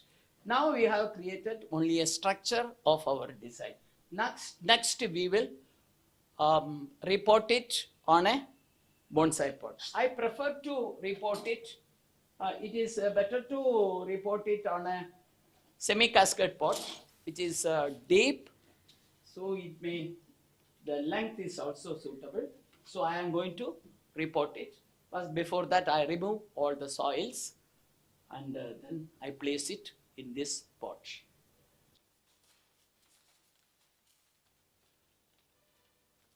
I am going to report it in this pot. It is a very deep pot. It is not fully semi-cascade pot. Still, it is a very deep pot and suitable for that style. So this whole, I am covering it with my traditional method of covering it with a coconut shell. So more gap will be there for cleaning, for drainage.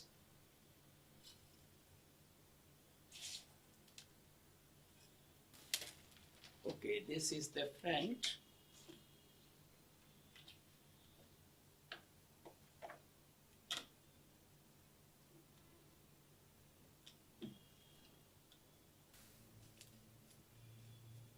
Suppose a root is projecting upward, we can pin it down.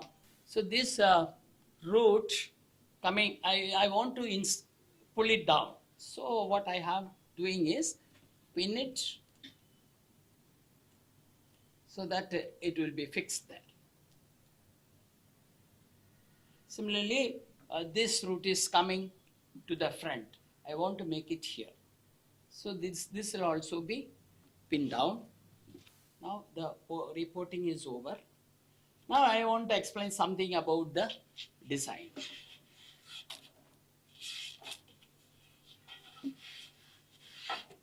This is only preliminary work of the design is over.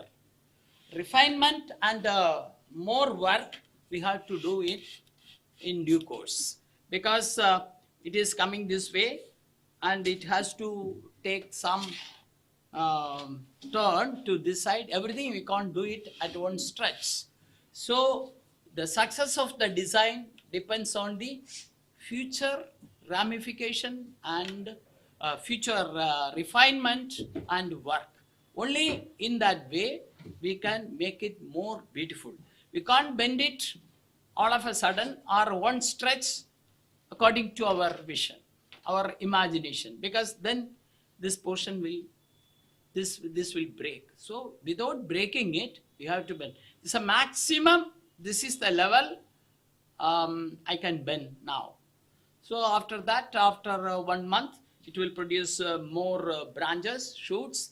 After we keep it for a week in shade, then give some manure, light manure, then slowly it will grow, produce more branches and improve the ramification, and a lot of growth will come, and here. This will become dead. Even this portion also you can bend towards the movement of the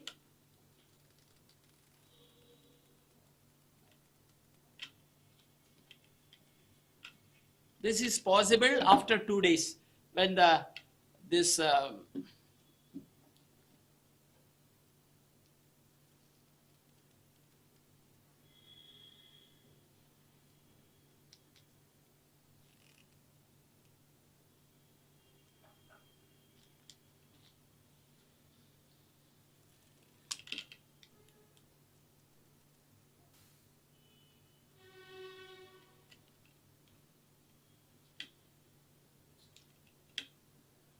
okay, this is enough.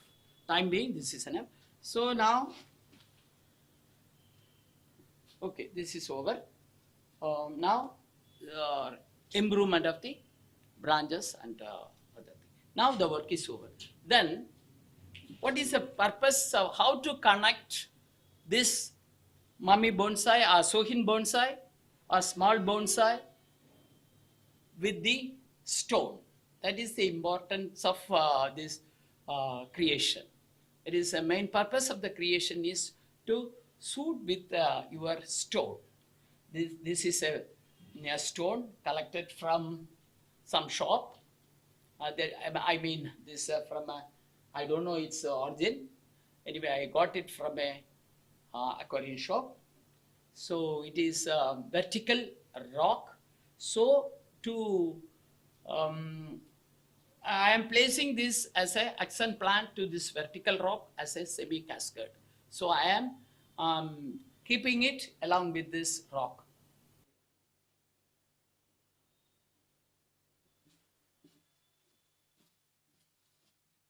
Now I have finished the creation of Shohin bonsai, which is suitable to this rock, and I am placing it or displaying it along with the rock. You see, this is a vertical rock. It is moving upward and it is coming to this moment and it is going through this way and it will come to this level.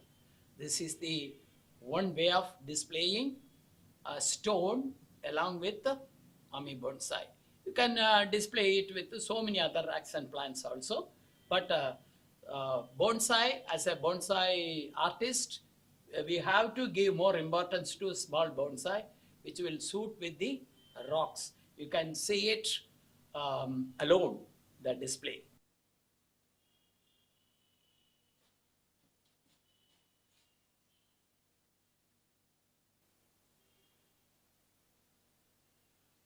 I have to thank our SAP president and the organizers of Suiseki convention and co-sponsor of Avaduda Dattapida of Mysore and Kishkinda Muliga Garden for giving me this opportunity to display this and create this Shohin bonsai suitable to this rock. I also thank my friend David for helping me for the creation of this Shohin bonsai. Also, I want to thank my friends and viewers of this demo, and I think you have enjoyed it. Thank you very much. Thank you, Ravindran sir, for a wonderful demonstration on Premna Shohin. Karan, over to you. Thank you, Ravindran sir, and of course, thank you, Sudhir. What a beautiful and stunning transformation here. Honestly, Ravindran sir, you can read the comments in the chat box on the positive feedback that you're getting regarding that beautiful demonstration. I'll read out just a few for you. Such a good start of the day on Environment Day. Treat to the eye and rejuvenation. Very good informative program. Showing displays nice. Thanks SABF, and of course, thank you so much, Ravindran sir. Great demo, great presentation, lovely creation. As you can see, so there's a lot of positive feedback for that beautiful transformation. So thank you once again. And now, moving on to our next segment, I'd like to invite our constant inspiration and, as I say, our driving force, without whom events like these would not be a reality, the president of SAPF, Mrs. Sneh Prasar, to say a few words. Hello, ma'am. Thank you, Karan. Dear friends, I wish you all a very, very happy World Environment Day. And I thank all invitees from overseas who are present just now and have joined us on this great day. I cannot thank enough to Tom sir for taking such great and evoking such deep interest in Suiseki for the Indian participants. Today, our another attraction is award ceremony of South Asia Bonsai Federation. South Asia Bonsai Federation awards are in two categories. Category 1, SAB Pioneer Awards for South Asia region, and SABF Global Mentorship Award for the international personalities. I would like to invite Mr. Lindsay Bebb to do the honors of bestowing SABF Pioneer Awards to the awardees. Our MC, Karan, will take us through the ceremonial ritual as scheduled. Over to you, Karan. Thank you. Thank you so much, ma'am. As ma'am already mentioned, I would like to start this with re-inviting Mr. Ravindran Damodaran, the demonstration we just saw, to read the citation for Mrs. Jyoti Parekh. Mr. Ravindran is the president of Kerala Bonsai Association of Kerala. He is an international consultant for WPFF for South Asia region. Hello, Mr. Ravindran. It's a good morning and good evening to everybody. It's a great pleasure and honor for me to read the citation given to the Nikunj Parekh. So I am reading the citation. South Asia Bonsai Federation, SABF, is glad to present the SAT Pioneer Award to Mrs. Jyoti Parekh from Mumbai for her excellent contribution to the art of bonsai and for promoting the art across India. She has been instrumental in imparting bonsai knowledge through the educational setup and curriculum for many bonsai clubs in India. Mrs. Jyoti Parekh has prepared an easy curriculum for practical workshops and authorized books on tropical bonsai. She is a bonsai teacher to many artists in India and has been instrumental in taking India to the international platform. Requesting Mr. Lindsay Bebb, Chairman, World Bonsai Federation, WBFF, to kindly present the award to Mrs. Jyoti Parekh.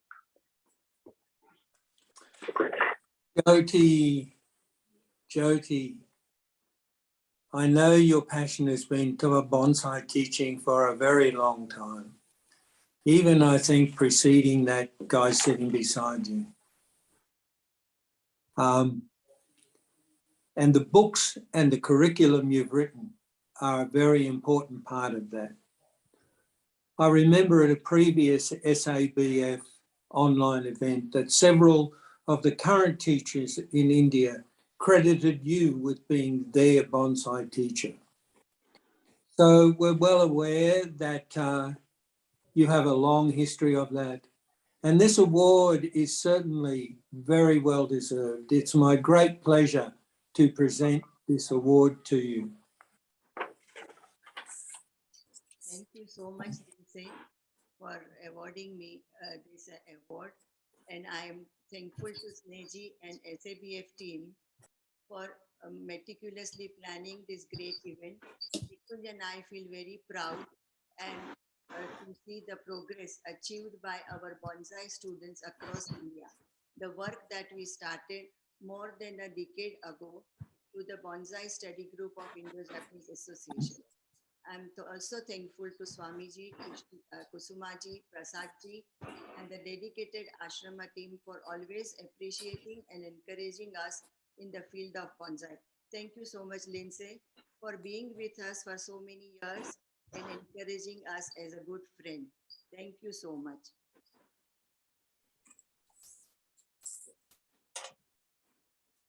Thank you, sir, and thank you, ma'am. Moving on, I'd like to invite Mrs. Renu Vesh and to read the citation from Mr. Brahm Deo Pandit. Mrs. Renu Vesh is the founding member and past president of Indian Bonsai Association in Delhi and is an international consultant for WBFF for the South Asia region. Hello, ma'am. Hi, Karan. Hello, Sir Tom. Good evening, and hello to everyone else.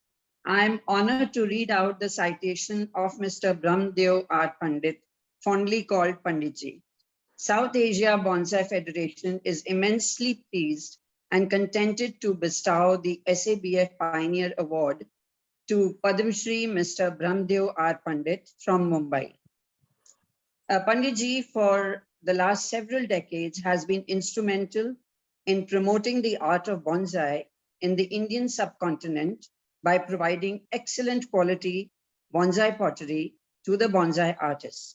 He has set up a huge studio near Mumbai and has been supplying superior quality bonsai pots to artists across the country.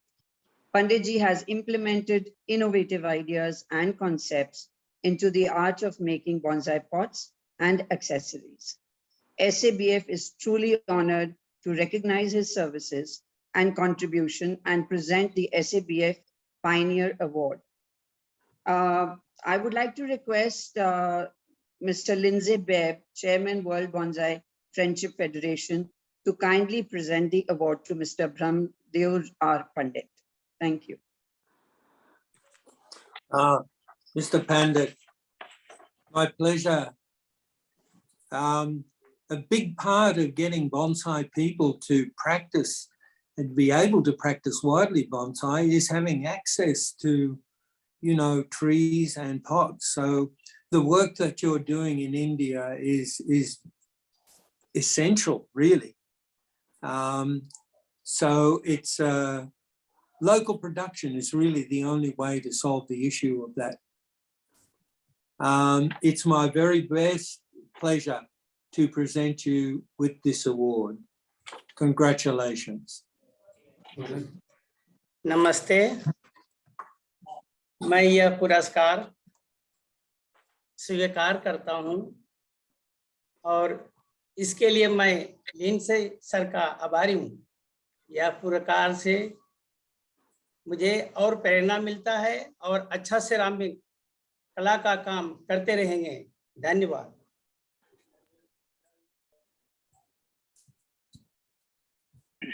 Thank you, Panditji, and thank you, Mr. Lindsay. Moving on, I'd like to invite Mrs. Kusuma Datta to read the citation for Mr. Nikunj Parekh. Mrs. Kusuma Datta is the International Consultant for WBFF for South Asia region. She is the Chief Caretaker of Kishkinda Mulika Garden and Vishwa Museum at Dattapita Ashram, Mysuru. Hello, ma'am. Hello, everybody. It's a great pleasure to introduce Mr. Nikunj Parekh. South Asia Bonsai Federation is greatly pleased to present the SABF Pioneer Award to Mr. Nikunj Parekh for his excellent contribution towards promoting the art of bonsai in Indian subcontinent. He is a bonsai teacher par excellence and demonstrator and represented India at the international platform. Mr. Nikunj Parekh held responsible leadership positions and represented the country at these organizations. He also authored books for bonsai education. SABF is proud to present the SABF Pioneer Award to Mr. Nikunj Parekh, requesting Mr. Lindsay Bebb, Chairman, World Bonsai Federation, to kindly present the award to Mr. Nikunj Parekh. Thank you. In the physical bonsai world, it would be difficult to find another person with greater presence at international bonsai events than Nikunj.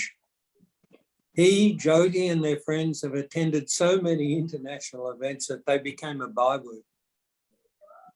The award here today, Nikunj, is for international recognition for India and for your teaching and promotion of bonsai with India.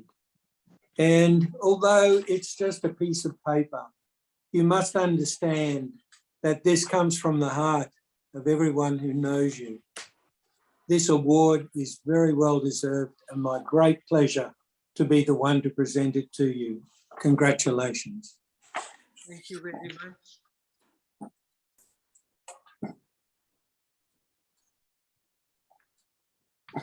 Thanks, Lindsay. I must thank all of you from the SABF and the team who have put up this wonderful event for SABF and our Indian bonsai and Suiseki lovers. Thanks to Lindsay. Frankly, it is the effort or work one does unconsciously from deep within the heart which is most important. And it must serve the society at large. That is our mission, and God's grace is there, and friends of all around the world have blessed us. And thank you very much, Lindsay. We have been knowing you for 2.5 decades or more and seen you many times at the international events, including your visits to India. Thank you.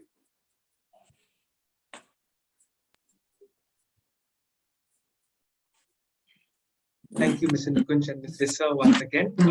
And next, I invite Mrs. Jyoti Parekh to read the citation for Pujya Shri Ganapathy Sachidananda Swamiji. Mrs. Jyoti Parekh is the iconic master in the field of bonsai. She is the founder, president of Bonsai Study Group, Mumbai, author of many, many books, bonsai books. She is also an international consultant for WBFF for South Asia region. Hello once again, ma'am. Your voice. Ma'am, आपका audio. Ma'am, चालू है but सुनाई नहीं दे रहा. I thank SABF. Is it okay? Louder. SABF for giving me the privilege to introduce Pujya Swamiji during his 80th birthday celebration. Sri Ganapathy Sachidananda Swamiji. The South Asia Bonsai Federation, SABF, is immensely pleased and honored to present the SABF Pioneer Award to Sri Ganapathy Sachidananda Swamiji for his exceptional contribution towards promoting the art of bonsai and Suiseki in India as well as at the international level. Sri Swamiji has been supporting and holding many international conventions at the SJS Ashram in Mysuru. Sri Swamiji has wholeheartedly reinforced the SABF in the establishing World Bonsai Cooperation Center at Mysuru for the World Bonsai Friendship Federation WBF South Asia region. Sri Swamiji's world-famous Kishkinda Mulika Garden has provided umpteen opportunities to many bonsai artists from India. Sri Swamiji's love and passion for bonsai and Suiseki motivate and encourage upcoming artists. SABF is truly privileged to present the SABF Pioneer Award to Sri Ganapathy Sachidananda Swamiji. Now I am requesting Mr. Lindsay Bebb, Chairman of the World Bonsai Friendship Federation WBFF, to kindly present the award to Pujya Sri Swamiji.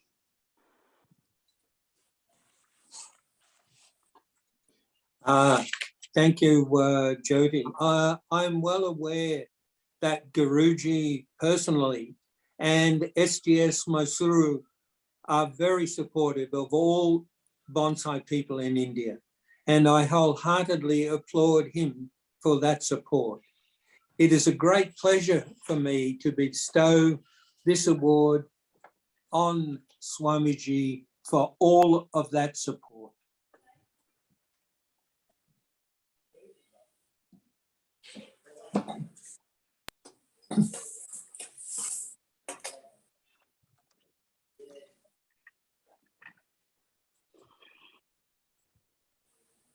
Thank you, ma'am, for accepting the award for Swamiji, and thank you, Lindsay, sir, once again. So congratulations to everyone. And as you can see in the chat box, there's such beautiful messages for all the awardees. But at this point, I'd like to re-invite Sneh ma'am on the screen. So hello, ma'am. Thank you, Karan. Now that first category of awards is over, we would like to announce our second category of awards, that is an international award. And this is for the international personalities. It is being named Global Mentorship Award. I'm very, very proud that unanimously Mr. Lindsay Bebb was elected for it. And I would like to invite now Sudhir Jadhav, the Secretary of SABF, to read the citation for him. Sudhir. Thank you, ma'am. Personally, it's a great honor for me to read the citation from Mr. Lindsay Bebb. The South Asia Bonsai Federation has instituted the SABF Award for Global Mentorship to be awarded to a person at an international level for excellent contribution towards promoting the art of bonsai and Suiseki and for institutionalizing the work in the said field. The first award for the period 2018 to 2022 is being bestowed upon Mr. Lindsay Bebb, Chairman of World Bonsai Friendship Federation, WBFF, for his exceptional contribution towards promoting the art of bonsai and Suiseki across the globe. He has implemented excellent improvement programs to bring together all WBFF regions. Mr. Lindsay Bebb has supported the establishment of World Bonsai Cooperation Center, WBCC, at Mysuru, India, for the South Asia region. Mr. Lindsay Bebb also participated in the conservation of Mother Nature, conducted many sessions and demonstrations on Suiseki and bonsai for international participants, efficiently managed WBFF and harmonized its 9 regions as a chairman of WBFF. He recognized the power of digital medium and supported implementation of digital bonsai school by SABF in the region at the international level. Through his relentless services and efforts, he popularized the bonsai and Suiseki art and inducted many new artists and countries into the mainstream. SABF is proud to present the first SABF Award for Global Mentorship. I now request Madam Naemi Iwasaki, Vice Chairman of World Bonsai Friendship Federation, WBFF, to kindly present the award to Mr. Lindsay Bebb and also say a few words.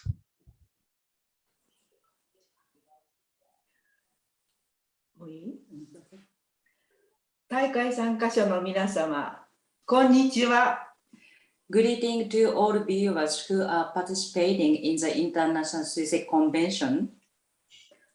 南アジア盆栽友好連盟が盆栽界と水石界に多大な貢献をした方を称えるこのような賞を設けたことを非常に嬉しく思います。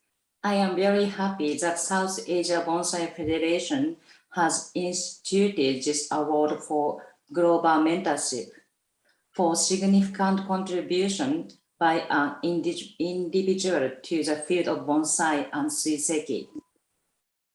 そしてこのグローバルメンターシップアワードを世界盆栽友好連盟会長リンゼー・ベブ氏に贈呈できることは私にとっても個人的にもとても嬉しいことです。It is a great moment for me personally to present the first Global Mentorship Award to Mr. Lindsay Bebb, Chairman of the World Bonsai Friendship Federation.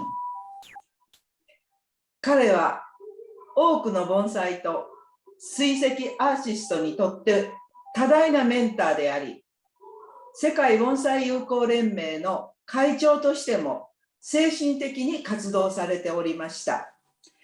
Mr. Bebb is a mentor to many upcoming bonsai and Suiseki artists, and he has done a great job as the chairman of WBFF. リンゼーさんと SABF パイオニアアワードを授与された皆様に心からお祝い申し上げます。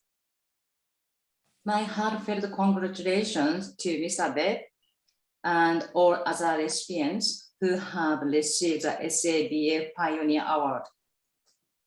また、この場をお借りして SABF を立ち上げ、そしてその後は SABF 会長として、また WBFF 地区理事として活動されているスネーさんにも感謝を申し上げたく存じます。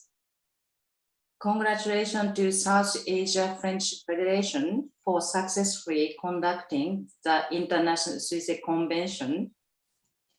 I would also like to take this opportunity to place special recognition for the President of SABF and Director of WBFF, Ms. Sneh Prasar, for her vision and effort to bring up SABF as a region.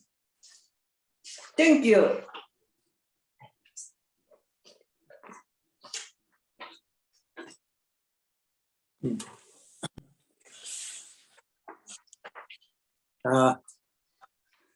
Naomi-san, thank you very much for this award. I'm very humbled to receive it.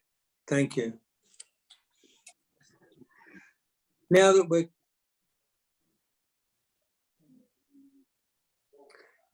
we're coming to the end of the weekend program, I would like to compliment all attendees on participating in this event. I would especially like to compliment Sneh ma'am and the SABF team on conducting such a wonderful convention, on releasing such an educational ebook yesterday, on coming together to share the celebration of Guruji's 80th birthday, which was the purpose of this, and to help improve everyone's knowledge of Suiseki through such a wonderful program.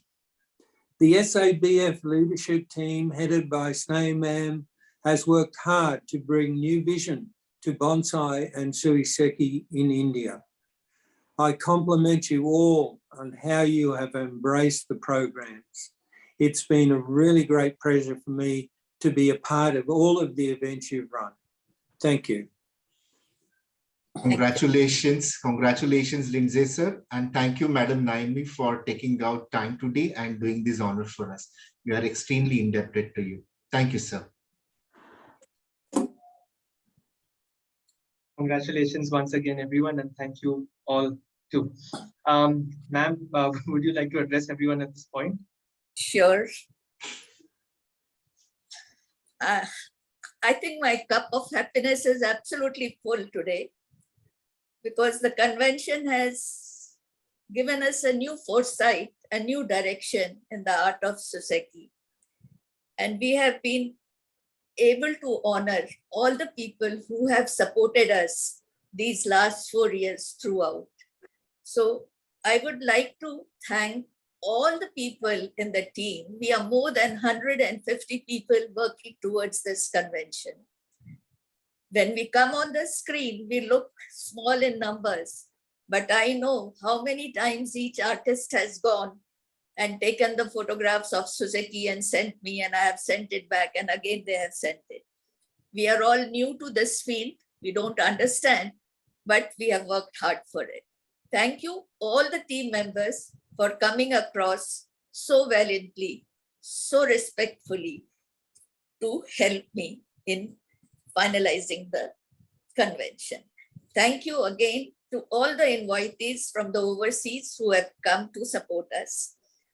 I would now like to hand over the screen to Karan. We are late, I think. Karan, over to you. Absolutely, ma'am. I think this is I don't think time matters here, because I think we're having such a beautiful 2-day convention, ma'am, and time is passing so well. And so I think we're good on that. And ma'am, we're nearing towards the end of our two-day program.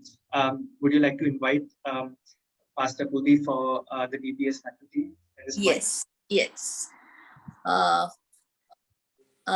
would, at this moment, like to make an announcement. We had yesterday invited Mr. Tom Elias as a visiting faculty for the Suiseki branch. Today, I invite Mr. Budi Sulistyo from Indonesia as a visiting faculty for next 2 years for the Bonsai branch, digital branch. Budi sir, can you say something about it? It's really a very great convention. I have to congratulate Sneh, as I call her, the Indira Gandhi of the Indian bonsai. And I also would like to congratulate Swamiji in his 80th birthday and his generosity to support the Indian bonsai and Suiseki. I really feel honored to be offered as part of your faculty. So, with proudly, I accept your offer.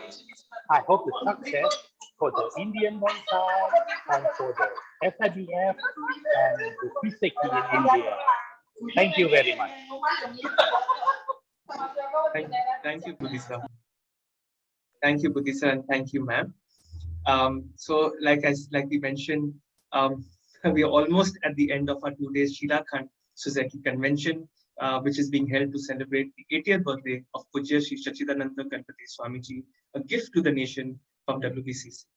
I believe, honestly, ma'am, I really do, that is the first time ever an organization that is only 4 years old has established such a system and making huge waves and positive impact on the industry. For those of you who have been here for the last few days, this is the result of 6 months of labor, meeting, chatting up with the VIPs, conceptualization of the program, collecting data, making movies, writing scripts, fixing dates, working on logistics and the program, and also, of course, writing and editing the ebook and making plaques, certificates, and so on. It's absolutely no easy task. And I think SABF has selflessly been spreading the art form with full dedication and love. And credit should really go to them, to the entire team of South Asia Bonsai Federation. A round of applause, I think, is enough. And so before we close, of course, I would like to invite Shri Prasad on the screen. He's the executive trustee of the SJS Ashram. His devotion and management skills are exemplary, given to the best of the multinational forces in the world. Good afternoon, Shri Prasad. What a wonderful 2-day event we had. The Shila, the International Convention on Suiseki Stones, as part of Swamiji's 80th birth year celebrations, has brought us greater admiration and greater appreciation of Suiseki stones. Thank you, Shri Swamiji. On this wonderful moment, I would like to thank Dr. Thomas Elias, founder of VSNA organization, who is the lead faculty for Suiseki Convention India in 2022, which was sponsored by Avadhuta Datta Peetam. Jai Guru Datta, everybody. What a wonderful 2 days it has been. Though online, we learned to admire greater appreciation for the beautiful Suiseki stones. It was possible because of Pujya Shri Swamiji's keen interest in Suiseki stones and the hundreds of Suiseki stones Shri Swamiji has collected from across his global tours and which have been housed in Ashram's Vishwam Museum and the Kishkinda Mulika Bonsai Garden. For this 2-day event to be wonderful and successful, I heartily thanks Dr. Thomas Elias, who is founder of VSANA organization. He was the lead faculty for this 2-day Suiseki Convention 2022. Dr. Tom Elias, he is the author of many books on viewing stones. All over the world, he is accepted and recognized as an authority on the art of Suiseki. He is now a visiting faculty for the South Asia Bonsai Federation and for digital bonsai schools. I also thank Mr. Lindsay Bebb, WBFF chairman and the facilitator of the 16th World Bonsai Cooperation Center in South Asia region. He is the awardee of Global Mentorship from South Asia region and is the chairman of World Bonsai Convention 2022. I also thank Dr. Sneh Prasar, President SABF, Director WBFF and Governing Councillor of the Indian Bonsai Faculty, now celebrating its Golden Jubilee. I thank all the past presidents of SABF clubs, the current presidents, the team of artists across India. Thanking Shri Swamiji for this convention and for the overall contribution to the art of bonsai and Suiseki, the South Asia Bonsai Federation, SABF, is offering a appreciation certificate as an SABF Pioneer Award to Shri Swamiji. I now read the citation.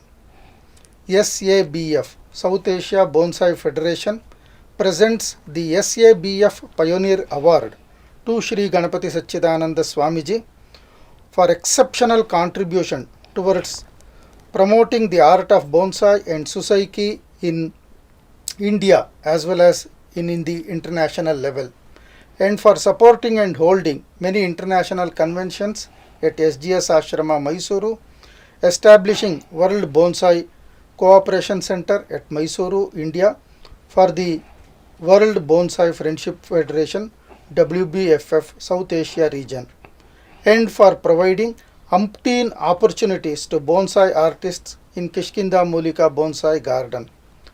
Presented by Mr. Lindsay Bebb, Chairman, WBFF, World Bonsai Friendship Federation. I now pray Pujya Shri Swamiji to accept this SABF Pioneer Award from SABF. Yes, I receive this with happiness and convey blessings. I am very happy. SABF Pioneer Award. Very nice. And certificate also? Oh yes, good. I will place my museum. This is your museum, not only my museum. And this is a SABF museum also. I bless you. And my blessings to all bonsai members. Thank you, Shri Swamiji. And till we meet next time, for either the Bonsai convention or for Suiseki convention. Bidding goodbye from Dattapeetham, Mysuru. Thank you everybody. Jai Gurudatta, Shri Gurudatta. Jai Bonsai, Jai Suiseki. Jai Kishkinda Mulika Vanam.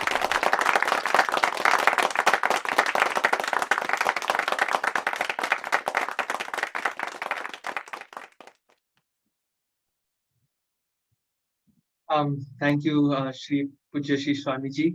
And now I'd like to invite Mrs. Kusuma Datta back again on the screen. As you all know, she's in charge of the Kishkinda Mulika Garden, which is a leading garden in Bonsai. Good afternoon, ma'am. Good afternoon, Mr. Karan. First of all, happy World Environment Day to everybody. Now coming down to Shilakan Virtual Convention, WPCC Kishkinda Mulika Bonsai Garden is very proud to conduct the first ever unique program on Suiseki with SABF and WBFF in India. I extend my gratitude to Parma Pujya Shri Ganapathy Sachidananda Swamiji and Pujya Shri Datta Vijayananda Tirtha Swamiji for supporting the project on the occasion of 80th birthday of our beloved Gurudeva. Master Tom Elias, VSA, MA, USA, what an informative and educative experience we all had, especially to WBCC Vishwam Suiseki Museum for further expansion. Thank you very much, sir. Thank you, Mr. Lindsay Bebb, sir, Chairman WBFF, for supporting our project. Again, thank you, Mrs. Naemi Iwasaki, ma'am, Vice Chairman WBFF, for guest appearance. Mrs. Sneh Prasar, Director WBFF, President of SABF, for her loving and professional support. Mr. Sudhir Jadhav, Secretary, SABF, for official support. Mrs. Vanaja for fixing up the Shilakan book with Ashram team. Mr. Nikunj Parekh, former director of WBFF, for their ever-loving affection to Sri Swamiji's projects. International consultants of SABF for a great support. And thanks for presidents of all SABF club to take the membership for this Suiseki event. Different faculties of SABF for conducting this event. Mr. Karan Moolchandani from Enlightened Sapiens to support the project. Volunteers of Kishkinda Mulika Bonsai Garden, volunteers of Vishwa Museum, Avaduta Dattapeetham, Mysore, India, angels of Avaduta Dattapeetham helping in setting up prestigious Suiseki section in Vishwa Museum, volunteers for creating Shilakan book, and Ma printers for printing this book very beautifully. Thanks to everybody. Bonsai and Suiseki artists across the world, please encourage us more and more. I thank one and all from bottom of my heart and expect same kind of support for all our future projects, which I'm going to discuss with SABF committee very soon. Thank you. Thanks a lot once again. Jai Gurudatta, Shri Gurudatta. Thank you. Thank you so much, ma'am. And just before we close, I'd like to re-invite the glue for this entire convention, the Secretary of SAPF, Mr. Sudhir Jadhav, to give the vote of thanks.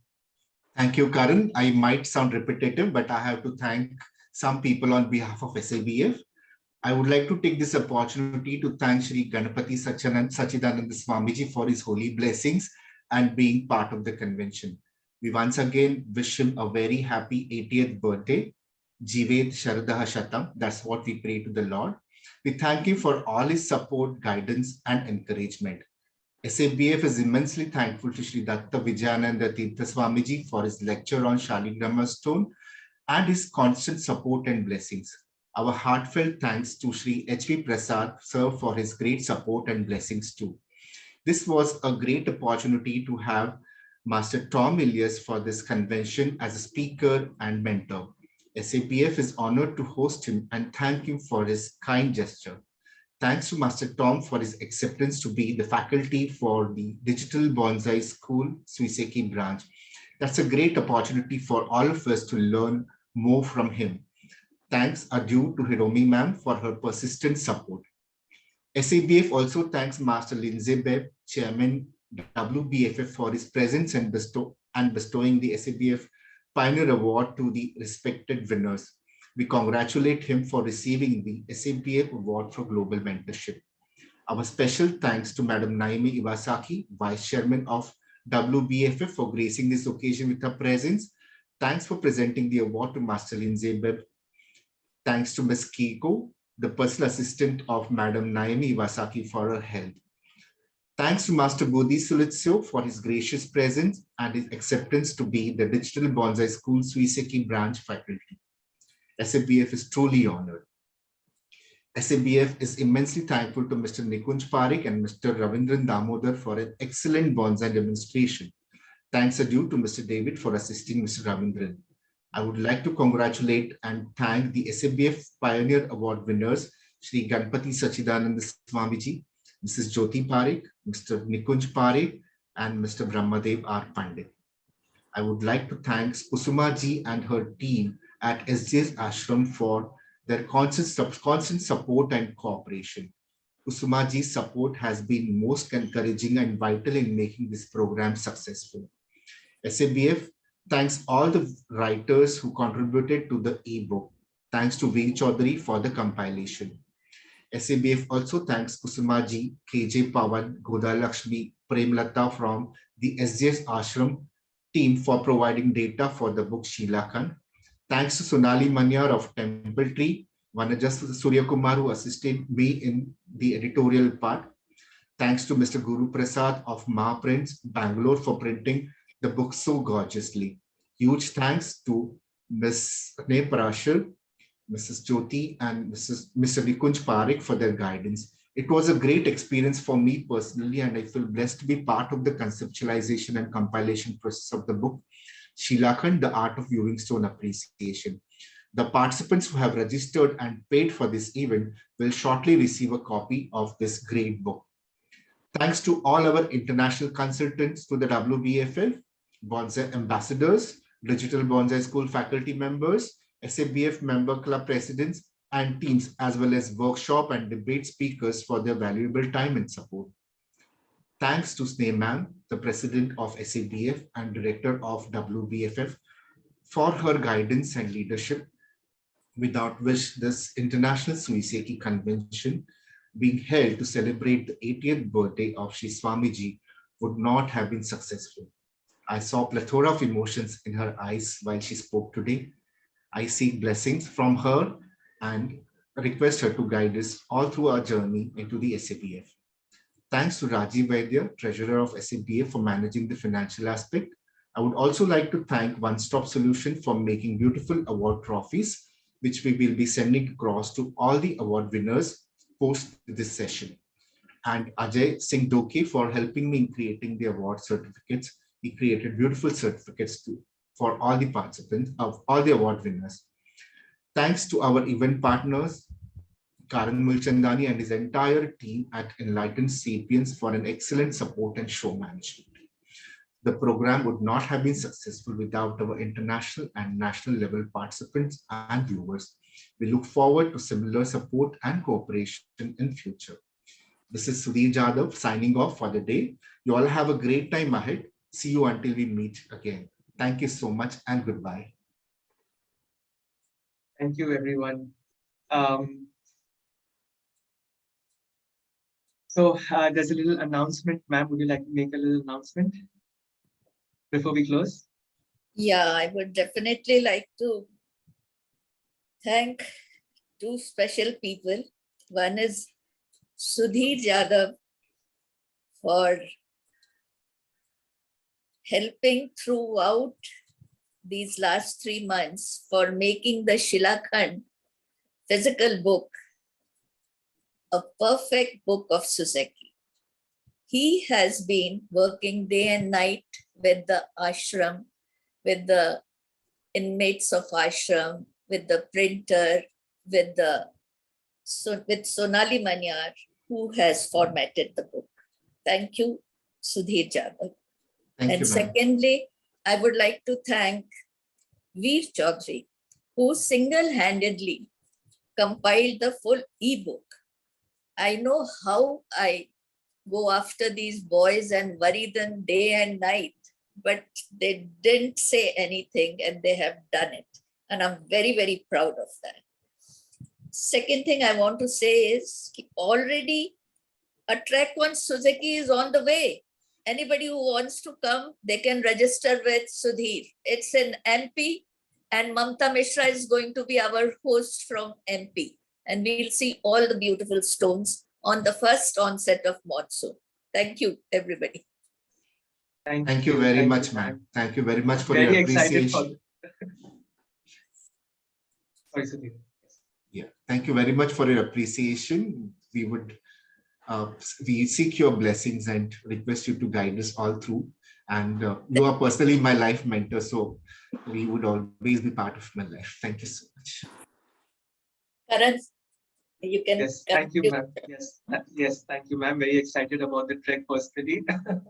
But yes. And Karan, 1 minute. I have not thanked you.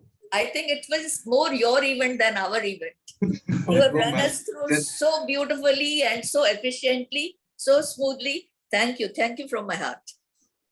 Thank you, ma'am. Appreciate the honestly. I have gratitude to be part of this with all you wonderful people.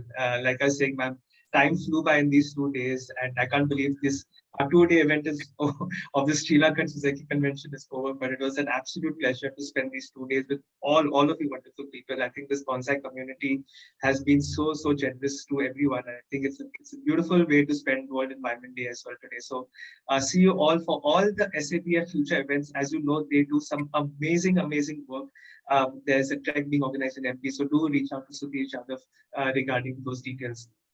And thank you very much, and see you all very soon. There's a little bit.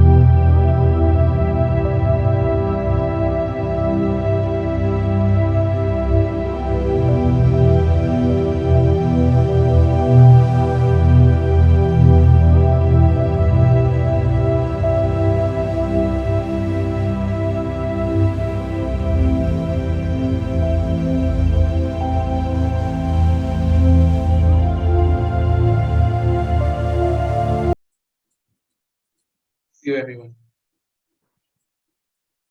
Thank you. Thank you. Bye. Thank you.